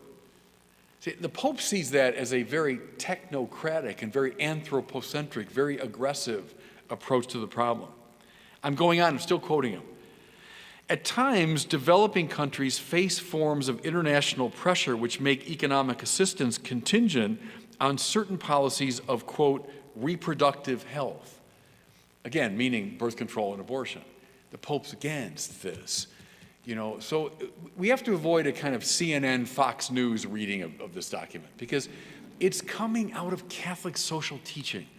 And I know everyone makes this point, but it's worth making because it's true. Catholic social teaching cannot be sequestered within either one of our political little containers. It just can't. It transcends both. It participates in both, goes beyond both. This is a good example. How about this, along the same lines, on paragraph 122? Hence, we should not be surprised to find, in conjunction with the omnipresent technocratic paradigm and the cult of unlimited human power, the rise of a relativism that sees everything as irrelevant unless it serves one's own immediate interests. That's interesting. That's not CNN stuff, right? So the omnipresent technocratic paradigm, this whole modern thing, the shadow side of it anyway, leads to a kind of relativism. All values are relativized in favor of what I can do to master nature. What do we do with these great moral values that confront this sort of aggressive ego and limit its ambitions? Well, the answer, of the technocratic paradigm is relativism, moral relativism. you know, it's true for you, but not for me, good for you, but not good for me, because what matters is my mastery over nature for the sake of my convenience. It's very perceptive, it seems to me, of like where relativism comes from. It's the ego that's unwilling to submit to the objectivity of certain moral values. Very interesting. And again, finally, I'm hammering this point a little bit, it gives rise, the Pope says, finally to a gender ideology that would give the individual the right to define him or herself even at the physical level. I'm quoting, thinking that we enjoy absolute power over our own bodies turns often subtly into thinking that we enjoy absolute power over all creation. This paragraph 155. A little surprising, isn't it, in this document, which people tend to associate with the left, and appropriately. I'm saying great. It does correspond in many ways to our kind of more left-leaning politics, but that doesn't, right? But you see, the Pope is seeing them as all part of the same basic problem. If I say that I've got total mastery even over my own body, I'm in a Cartesian space. I'm in that Francis Bacon space. You know, the world should correspond to my needs. Objective values, the heck with them. Let's be relative about that. And I'm in charge of nature, of my body, of the world. That's what's bothering the Pope in this letter. So again, I'll just say it by way of conclusion, what I love about this document is that it doesn't correspond to Fox News, CNN analysis. And often when people are discussing it, they do fall into those categories. Catholic social teaching includes both, transcends both, and honestly, it makes it so darn hard for us every time we go into a voting booth, right? That's why it's so hard for us, because in a way, I wish we were like those European countries that there were a political party that was a Catholic political party. I don't mean it's calling for a Catholic king. I mean a party that would embody all of the values that Catholics hold. Anyway, that's just a little desideratum. Let me do a little bit now on Fratelli Tutti. And it's the same thing I want you to see. It's the same tension I want you to see in this. I don't know if you remember when this came out, there was a lot of controversy about it. And the people that suspect Pope Francis of being a closet Marxist really came out of the woodwork. So I spent a lot of time looking at the internet world because of my Word on Fire ministry. And man, there was a lot of concern that the Pope was finally showing his cards, that he's a classic Marxist, uber liberal who hates capitalism, sees it as essentially exploitative, etc. Well, read the document, and you'll see that is not the case. Maybe first a word about that. What does it mean to say you're adopting a Marxist perspective? Well, it would indeed mean that you think the capitalist system is by its very nature exploitative. So Marx would say that you can't generate profit without exploiting somebody. That's basic to Marxist economic analysis, that profit by its nature is corrupt. And also that capitalism has to keep expanding, otherwise it'll collapse. So it aggressively, imperialistically is seeking new markets, which is a fancy way of saying new people to exploit, right? So as to generate profit. Furthermore, a Marxist would hold that everything in a society outside of the economic substructure belongs to a protective superstructure whose whole purpose is to, as I suggest, protect the economic substructure. So the military, politics, arts, religion, all of it is simply part of a protective superstructure designed to preserve the economic substructure. Do you ever read the account of The Wizard of Oz as a Marxist reading? The wizard, this mighty, powerful, look at the Wizard of Oz. But who is he really? This little creepy guy behind the curtain, right? Pay no attention to the man behind the curtain. But that's a Marxist way of reading society. That really what's going on is kind of grubby people that are pulling the levers of the society, but they throw up around themselves this impressive superstructure that's meant to kind of cow us into acceptance. A big part of that, of course, if you're a Marxist, is religion. So religion's the opium of the people. It's like my job as a religious leader is to hand out drugs to you in the form of believing in heaven and God and eternal life that's meant to dull your sensitivity to the suffering produced by capitalism. Okay, you know that they're the standard kind of Marxist view of what capitalism is about. Does Pope Francis hold to that? No, very clearly. Here's what he says, and by the way, in church teaching, they rarely use the term capitalism, and I think it's because Marx sort of poisoned that forever. You know, Das Kapital and capitalism, you just think of a guy in a top hat and, you know, exploiting the poor and all that. The church tends to use the phrase the market economy, and it likes the market economy. This is from Leo XIII, 1891, Rerum Novarum, all the way through Fratelli Tutti. The church consistently affirms the legitimacy of the market economy. Listen to Pope Francis. Quote, "Business activity is essentially a noble vocation, directed to producing wealth and improving our world."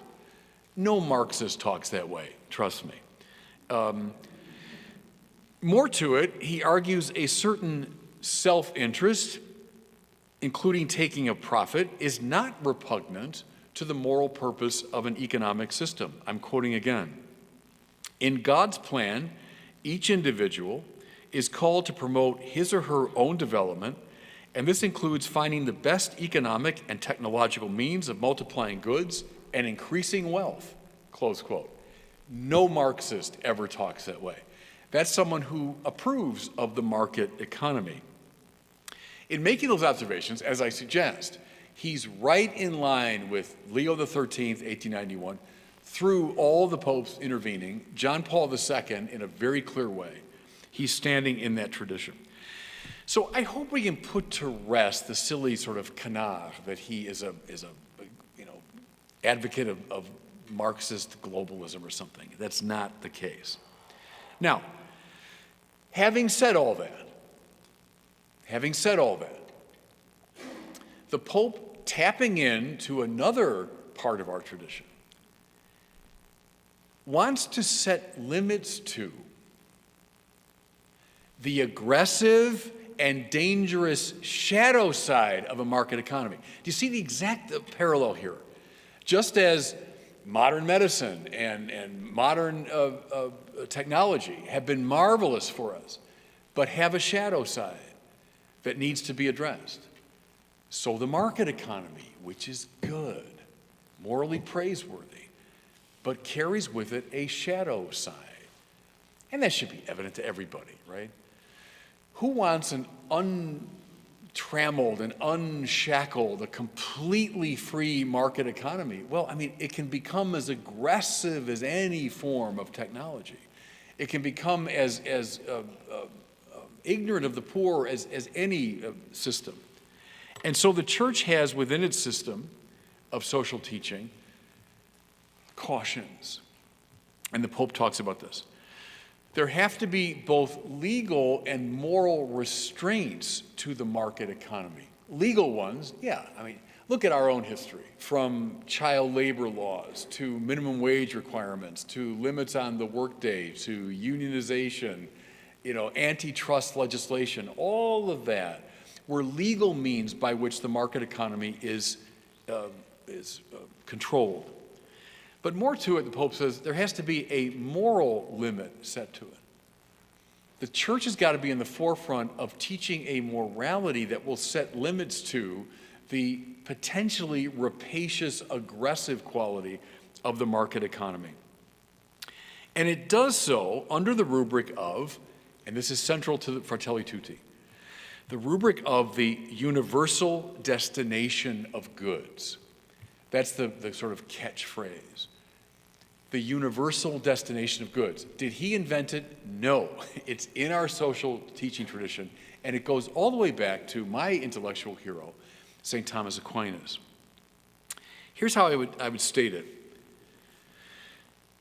The right to private property is affirmed by the church. Aquinas affirms it. The great tradition affirms it, the right to private property. However, when it comes to the use of our private property, we must always take into consideration the value of the common good.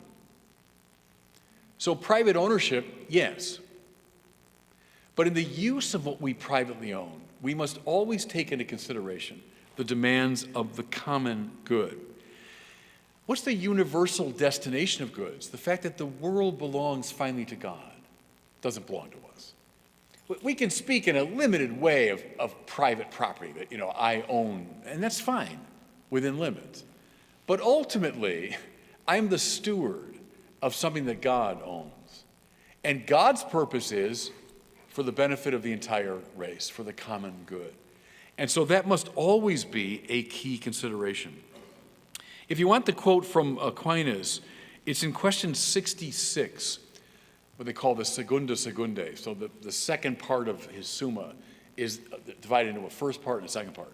There's the Prima Secundae and the Segunda Secundae. So the second part of the second part, question 66, is where you find a discussion of this. Here's what he says. People have a right to private property, but then, quote, but in regard to the use of what they legitimately own, they must always keep the general welfare first in mind. I'm continuing. In this respect, man ought to possess external things not as his own, but as common, so that, to wit, he is ready to communicate them to others in their need. That's St. Thomas Aquinas. I'm going to read that again because that's a very extraordinary quote. In regard to the use of what they legitimately own, they must always keep the general welfare first in mind. In this respect, man ought to possess external things not as his own, but as common, so that, to wit, he is ready to communicate them to others in their need. What if we took that seriously? What if we took that I have a right to private property, yes indeed. But in the use of it, the common good must be my first consideration. Pope Francis quotes, now going back behind Aquinas, John Chrysostom. Listen to this. Not to share our wealth with the poor is to rob them and take away their livelihood. The riches we possess are not our own, but theirs as well. That's the great Chrysostom, who, by the way, was exiled several times. You see why, right? St. Gregory the Great, in the same vein, quote, when we provide the needy with their basic needs, we are giving them what belongs to them, not to us, close quote. And then one of my favorite from St. Ambrose, when you have two shirts in your closet, one belongs to you, the other belongs to the man who has no shirt. What are these, Marxists? No, they're church fathers. These are church fathers who are speaking out of this great prophetic tradition that goes right back to the Hebrew prophets and comes roaring up through Jesus himself and then into the church fathers, into Aquinas. And I would say Thomas, in his typical rationalistic way, articulates it by means of that distinction between, yes, private ownership, but the use of what we own must have a universal destination. So far, so classic, so far, so Catholic. I think here's the Franciscan difference, if I can put it that way, the Pope Francis difference. He asks us to take this principle that applies among us, among individuals, and apply it now at the international level. Might it be true that there are nations that have a right indeed to their own wealth and integrity and so on, but nations that have an obligation under the universal destination of goods to other nations who are in greater need? Isn't it the case, the Pope asks, that a nation's integrity and property and all of that is a right, but not an inviolable right? It's a right, yes indeed, but has to be placed within a wider context. Okay, to make some of this more abstract language concrete, I think this is the best way to understand this principle, and it's simple, it's very clear. You're in your house that you bought and paid for. It's your house, legitimately. The society should protect your property. That's why there are police departments and fire departments and all that. It's your private property. When you go to bed at night, I do this, lock the doors against intruders. It's my property, it's my house. If someone comes to steal, I can call the police and say, get this guy. Someone breaks into my house, I'm not happy about that. That's violating my private property. But suppose one night I'm locked cozily in my house, and someone comes to the door who is being chased by desperate criminals who are trying to kill him. And he's banging on my door, let me in, let me in. Would I be justified in saying, no, this is my house, my private property, you're on your own, pal? Well, no, of course not. Of course not. In that situation, of course you'd let the person in. Or someone comes to my door late at night with their 4 kids and they're starving. They've come from as refugees, or they've come from some desperate situation. They've come to my door starving. Would I be justified in saying, oh, no, this is my house.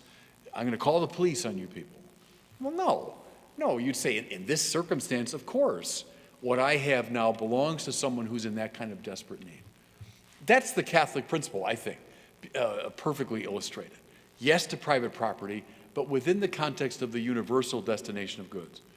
Here's the challenging question I think the Pope is asking in this letter, is can we apply this principle at the international level? Are there nations, so to speak, who are coming to the door of the richer nations, which do indeed have a right to their own integrity and protection of their borders and all those good things? Yes, indeed. Absolutely. In fact, I've said this at bishops' meetings. I think we don't emphasize that side of it enough, that there's a legitimacy to national integrity, a legitimacy to defending borders and all that. Sure, that's the private property principle. But when someone comes knocking at the door in extraordinary need, oughtn't the universal destination of goods principle kick in? That's the argument, I think, of Fratelli Tutti. Okay, let me bring it to a close so we have time for a little discussion maybe. Let me close with Leo XIII, because he's the founder of this tradition. If you want to know the Catholic social teaching, get Rerum Novarum. Look it up online. It's not that long. You can read it in one sitting or two, probably. 1891, massively influential text. He hates Marxism. He hates socialism. He's got 6 arguments against socialism. Everything I said about private property, it's argued by Leo XIII. Okay. But in light of this principle I've been articulating now, he says this, and I'll close with it. He's addressing all of us now. Once the demands of necessity and propriety have been met in your life, the rest of what you own belongs to the poor. I read that line, 30 years ago, and it took my breath away. It still bothers me every single time I read it. Let me say it again. Remember, this is an ardent defender of private property. This is an ardent opponent of Marxism and socialism, Leo XIII. But he says, once the demands of necessity and propriety have been met. So he's keeping it vague enough, that the basic necessities in your life have been met, and even a certain propriety. He's not asking us all to live in destitution or live like Trappist monks, right? So once necessity and propriety have been met, okay. The rest of what you own belongs to the poor. Maybe because I can't resist this. One of my great heroes, Cardinal George of Chicago, was addressing once in Chicago a group of donors, right? They're wonderful people, generous donors to the archdiocese, and he was there to thank them, which indeed he did. And then he said this to them: the poor need you to get out of poverty, but you need the poor to get out of hell. But it's a darn good line. It's a very important principle. Think of hell, yes, in the final eschatological sense, but just the hell of my own self-regard, the hell of my own self-preoccupation, the hell of my own, I'm so obsessed with my wealth and so on. That the poor, the great gift of the poor is that they get us out of hell. That we're allowed now in our generosity to be freed from that self-preoccupation. True of individuals? True of nations? Pope Francis says yes. If there's one thing you take from this talk today, I hope you take Catholic social teaching is really interesting and really complicated, and it doesn't fit into easy left-right categories. It really does transcend them, and it makes voting difficult. I'll grant you that. It does. We face it every time. But it's the wealth of our great social teaching tradition, and Francis continues that. All right, God bless everybody. Thank you for listening.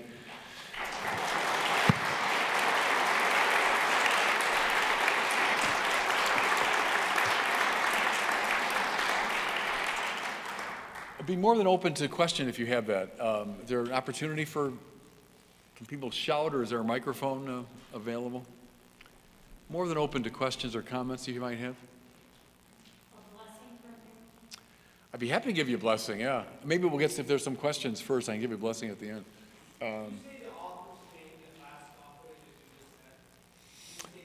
The last one, Cardinal George of Chicago, yeah.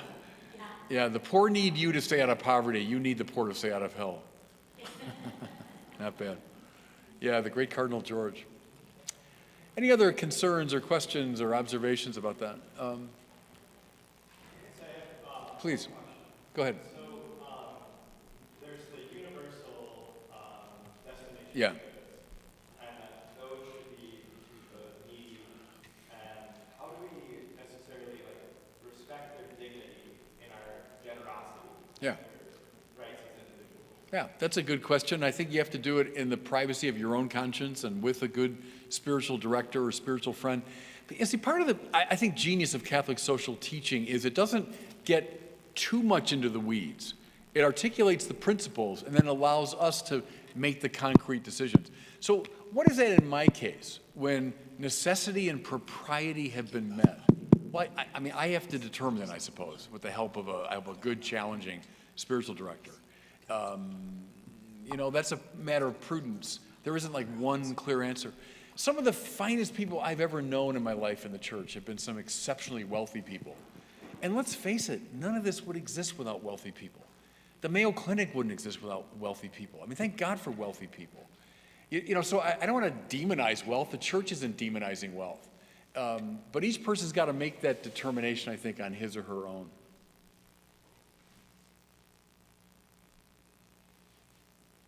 Otherwise, we got this thing figured out. Go ahead, please.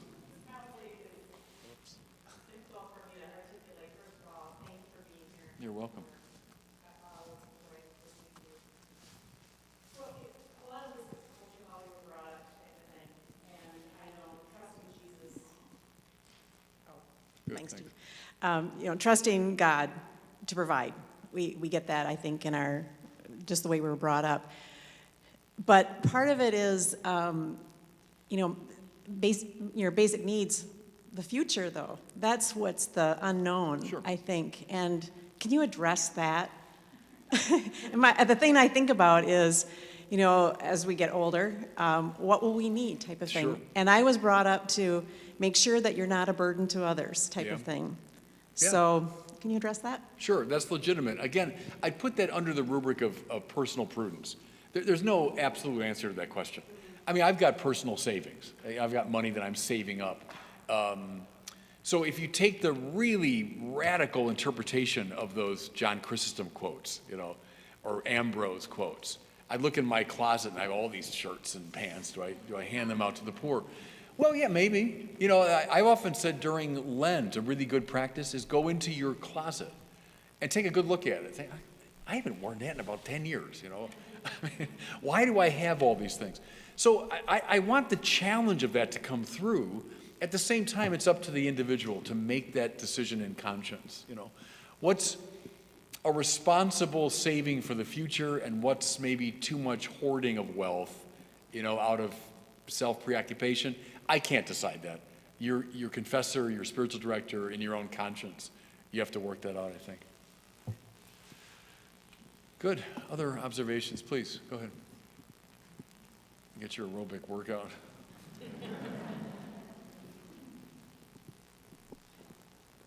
Yes, ma'am. Yeah, thank you for being here, Bishop. I had a question concerned what you said about abortion and contraception.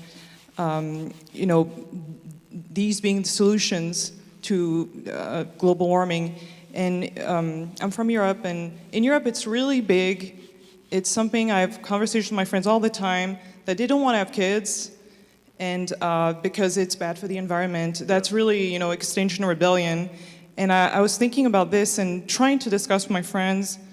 There's really, I fear like a really technocratic and almost like really dark side to it, that you see humans as like units of carbon consumption. Yeah, right. And what's stopping you from wanting to kill yourself? Like how there's like a Jim Jones element to it that's really scary, and I don't know how to address this with young people that think like this. That's my question. Yeah, I agree with you. I think that's the point he's making, that if we let the Cartesian sort of Baconian technocratic paradigm hold sway, that's what we're led to. You know, we see ourselves that way, we see the society that way, and so he's against that, you know, and he's a prophetic voice there. So I think he would quite agree with that. Thanks so much, Bishop Barron. I'm also from Europe, so if you know any Catholic parties in Europe, please let me know, because I certainly haven't found Holy them. Ireland, I can tell. Yeah. But I think you did a great job navigating the kind of disturbing undercurrents in the climate movement, and knowing kind of, we'll say, a lot of very climate enthusiastic Catholics. Like, how do you recommend kind of navigating, we'll say, people that use that as a kind of a convoy to kind of bring in things that are of the world, and not necessarily maybe reject kind of basic tenets of Catholic social teaching? It's almost like a kind of a Trojan horse, it kind of feels at times. And I don't know, how do you recommend kind of navigating that without being, we'll say, cold or kind of not prioritizing it? Like, how, you know, there's kind of a balance to be struck there, I suppose. Well, no, I think that's the key, is really know our social tradition in its complexity and balance, and don't let it get hijacked by either side. Both sides will take elements of Catholic social teaching and say, see, that's what the church says. Right, but the church says the other thing too, you know. So knowing it well, I agree with John Paul II, who said, key to the new evangelization is knowing the Catholic social teaching tradition. That's always struck me as dead right.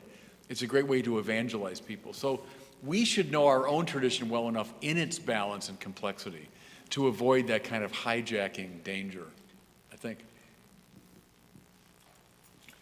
Please. So I am at Mayo Clinic. I work in the surgical area, and you had mentioned some of Pope Francis's comments on total mastery of your own body, and especially in regards to gender. Yeah. And I think this goes along with the progression of medicine. Like, there's so many good things that have come out of it, but we're seeing the dark side right now when it comes to gender-affirming care. And I'm encountering that challenge at Mayo Clinic in terms of I am very much seen as an outsider in the sense that I will not take part in these surgeries. But what advice do you have for people that work in medicine, that Catholic morality is very important to them, but these hospital systems, society will label you as a bigot, or as you're discriminating against these people when really you're just trying not to harm people that are vulnerable? Yeah.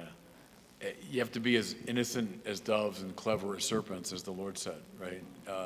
We're always moving in a world that is, from a gospel standpoint, compromised and imperfect. It doesn't mean we absent ourselves from it. We immerse ourselves in it, but in a way that's innocent, that we hold forth these great values, and it's clever too, it's prudent too. I want you at Mayo Clinic. I think it's great that you're at the Mayo Clinic. You're at a place like that. I think to do it positively, I agree with the idea of affirmative orthodoxy. So the church is not just saying what we're against, we're saying what we're for. And see, we're for the integrity of the body. We're for the integrity of nature. We're against a hyper control over our bodies. So put it in that sort of Cartesian Francis Bacon context of, I'm not the master of nature. I'm not the master of my body. I honor my body. I honor the body that God has given me. And so that's why the church stands against the mutilation of the body. And that's the ethical principle at stake. But I do it positively and not just, we're against. Because the culture wants to portray us that way. We're just saying no to everything and we're denying everyone's rights. And no, we're for. A no to a no is a yes, right? So the church always says yes. But if it says no, it's a no to a no, which amounts to a yes. So do it positively, but I'd say stay at the Mayo Clinic and be as innocent as a dove and clever as a serpent.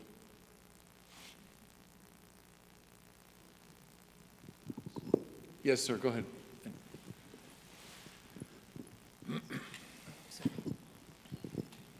Yes, sir. Thank you for coming. I was I am very interested in the thing that you said, that the novelty that Francis brought was the principle of the common of the goods in the international level between countries. Because I think the big problem that we are seeing in immigration, both in the United States and Europe is seeing the same thing, are actually this principle needs to be used more of the time. That actually most of these countries are in necessities because of the dictatorships of right and left, because we are having problems with Guatemalans crossing the border, but also from Nicaraguans crossing the border. Sure, yeah. No. Yeah. So I would like to see if you can expand a little bit on that. Yeah, it's a very good observation you're making. And the Catholic, as a bishop, my job is to articulate the great principles, which are in documents like this. The failure that we've had, it seems to me, is at the political level, that they've not found a way to formulate legislation that honors all these various values. So you have the extreme left advocating basically for an open border policy, the extreme right that wants to build a wall, et cetera. It's a balance between the integrity that a nation has a right to maintain, to defend its own borders. And as we all know, there are darn good moral reasons to limit immigration. We're all the descendants of immigrants in this room. I mean, so that's our great value as a country. But at the same time, if everyone is simply let into a political economy, it'll collapse. So there are good, moral, legitimate reasons to limit immigration. I think we all know that. And the point you're making, which the Pope makes, there are people at our door who are in desperate situation. And so we should find a way to accommodate them. Now, what will that look like in terms of concrete legislation? I'm no politician, so I can't tell you. But there's been a failure, I think, on the part of our politicians to come up with something credible. So everyone and his brother talks about the broken immigration system, which indeed is true. I've heard that for 30 years, the broken immigration system. So why can't we find a politician who understands all of the relevant values and can incorporate them in a coherent piece of legislation? We haven't had it yet. We haven't had it yet, and hence people suffer. I'll tell you one little vignette. There's a very good friend of mine. He's a priest from Brownsville, Texas, right? The southern tip of Texas. He's a Mexican. He's born in Mexico. And he happened to be in my house in California as a visitor the night of the 2016 election, right? The Trump election. And we're watching, like the whole country, we're kind of, wow, Trump's doing better than we thought. And then he said to me, I voted for Trump. And it was a Mexican guy living in Brownsville, but it was because so many of his own people were mad at undocumented people who were getting in the country when they had followed the whole process. Now, I say that not to resolve the issue, simply to complicate it a bit, to say that, yeah, there are a lot of competing values, in these things. But we got to find politicians that understand it as well as you do, what the values are. And it's a failure of our Catholic politicians, too, to be honest with you. You struck a chord with me when you were talking about the woman back there with regards to the gender ideology. Yeah. Anyway, I work at Mayo Clinic, too, and over my career, which is 30 years this year, I'm a primary care physician, and with abortion and contraception, there are ways to preserve your integrity and still be in the profession. And I always felt like if I had a patient whose appointment was for contraception, it was my opportunity to review with them natural family planning and understand the mechanisms of action of all of, in a scientific way.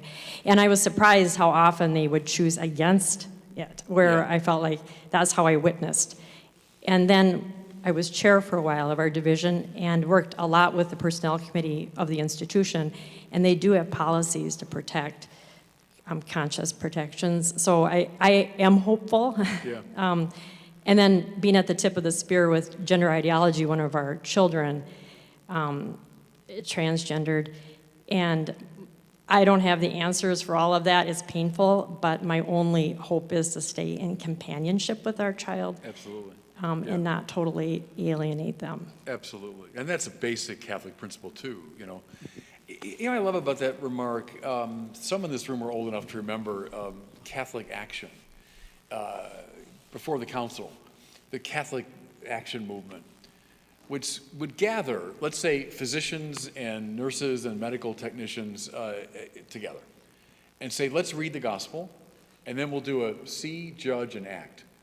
So what do we see in our situation? So in your situation at the Mayo Clinic, in your work, how do we judge it in light of the gospel? What are the great ethical and moral principles? And then what do we do? Because in a way, I don't know what to do. I don't know your world well enough. I don't know the issues. But I know the gospel. That's my job as a bishop, to know the gospel. But I don't know why Catholic Action faded away. And it did after the council, but I always regret that. And then next week you gather lawyers and legal people and judges and so on. Do the same thing. Next week, business leaders. Next week, homemakers. Next week, moms and dads or whatever it is. And do that same thing. See, judge, and act. So the two of you should talk to each other. But I'd love to revive that in this diocese if I could figure out a way to do it. Revive the old Catholic Action model. So thank you both for that. Yes, ma'am, please. Thank you, Bishop Barron, for being here today, and we are so grateful you're our shepherd. So thank you. I'm so encouraged today by just hearing bits and pieces of involvement, some at my own parish, seeing people today that I didn't even know they were involved.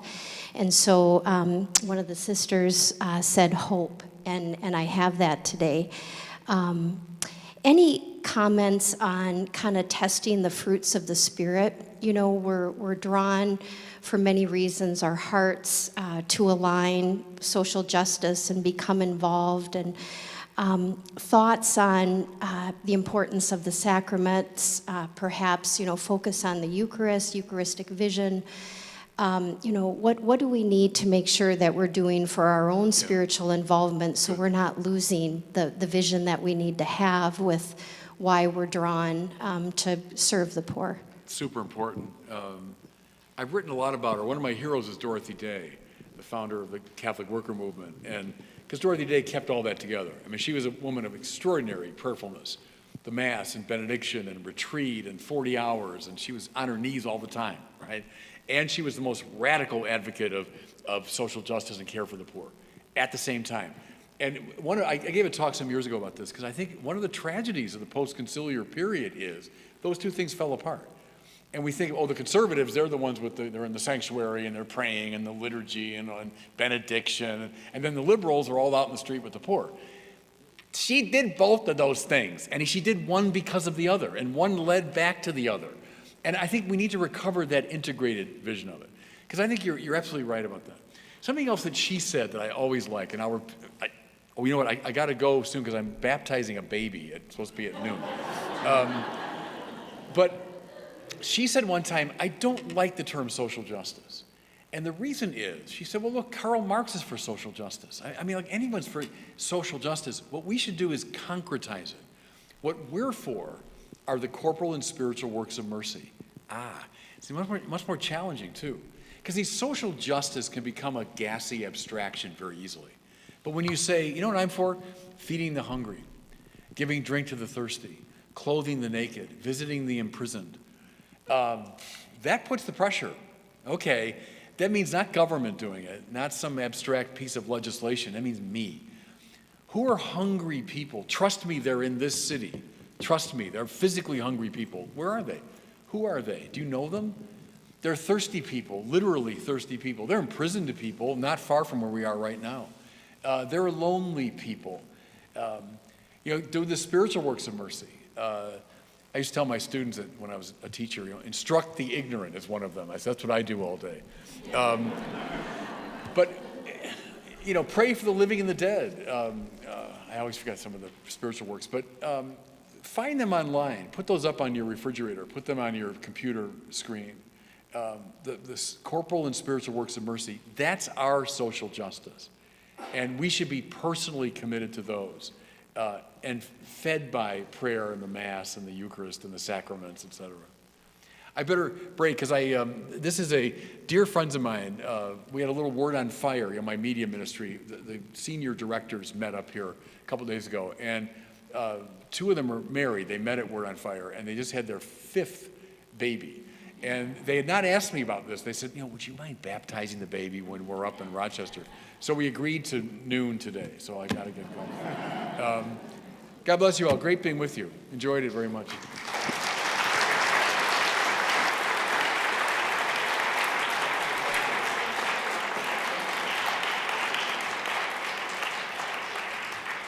A few closing remarks on behalf of our committee and Pax Christi. Thank you to our speakers who have informed us, inspired us, and challenged us to live the gospel more fully. Also, thank you to Father Sauer, who supported us, and to the staff who taught us how to live stream and took registrations by phone when we couldn't do them on the computer. Thank you especially to Jessica Scully, the administrator, without whom we couldn't have pulled this off. As you know, there are some resources in the back of the room as you leave. You can check those out. And also, if you have any of those cards that the sisters brought, just leave them back on that table, please. Downstairs, we have lunch. As Father Sauer said, there is an elevator over there if you need it. Lunch is chili and salad and rolls and all sorts of treats that were baked by the women of Pax. Our organizer is Cindy Kruger and her crew. They've worked really hard. For those who need a gluten-free or vegetarian option, we have lentil soup. So thank you also to you all for being here. It's encouraging to have such a good group, and I'm very glad you were here. So enjoy lunch and enjoy talking to each other. Thank you.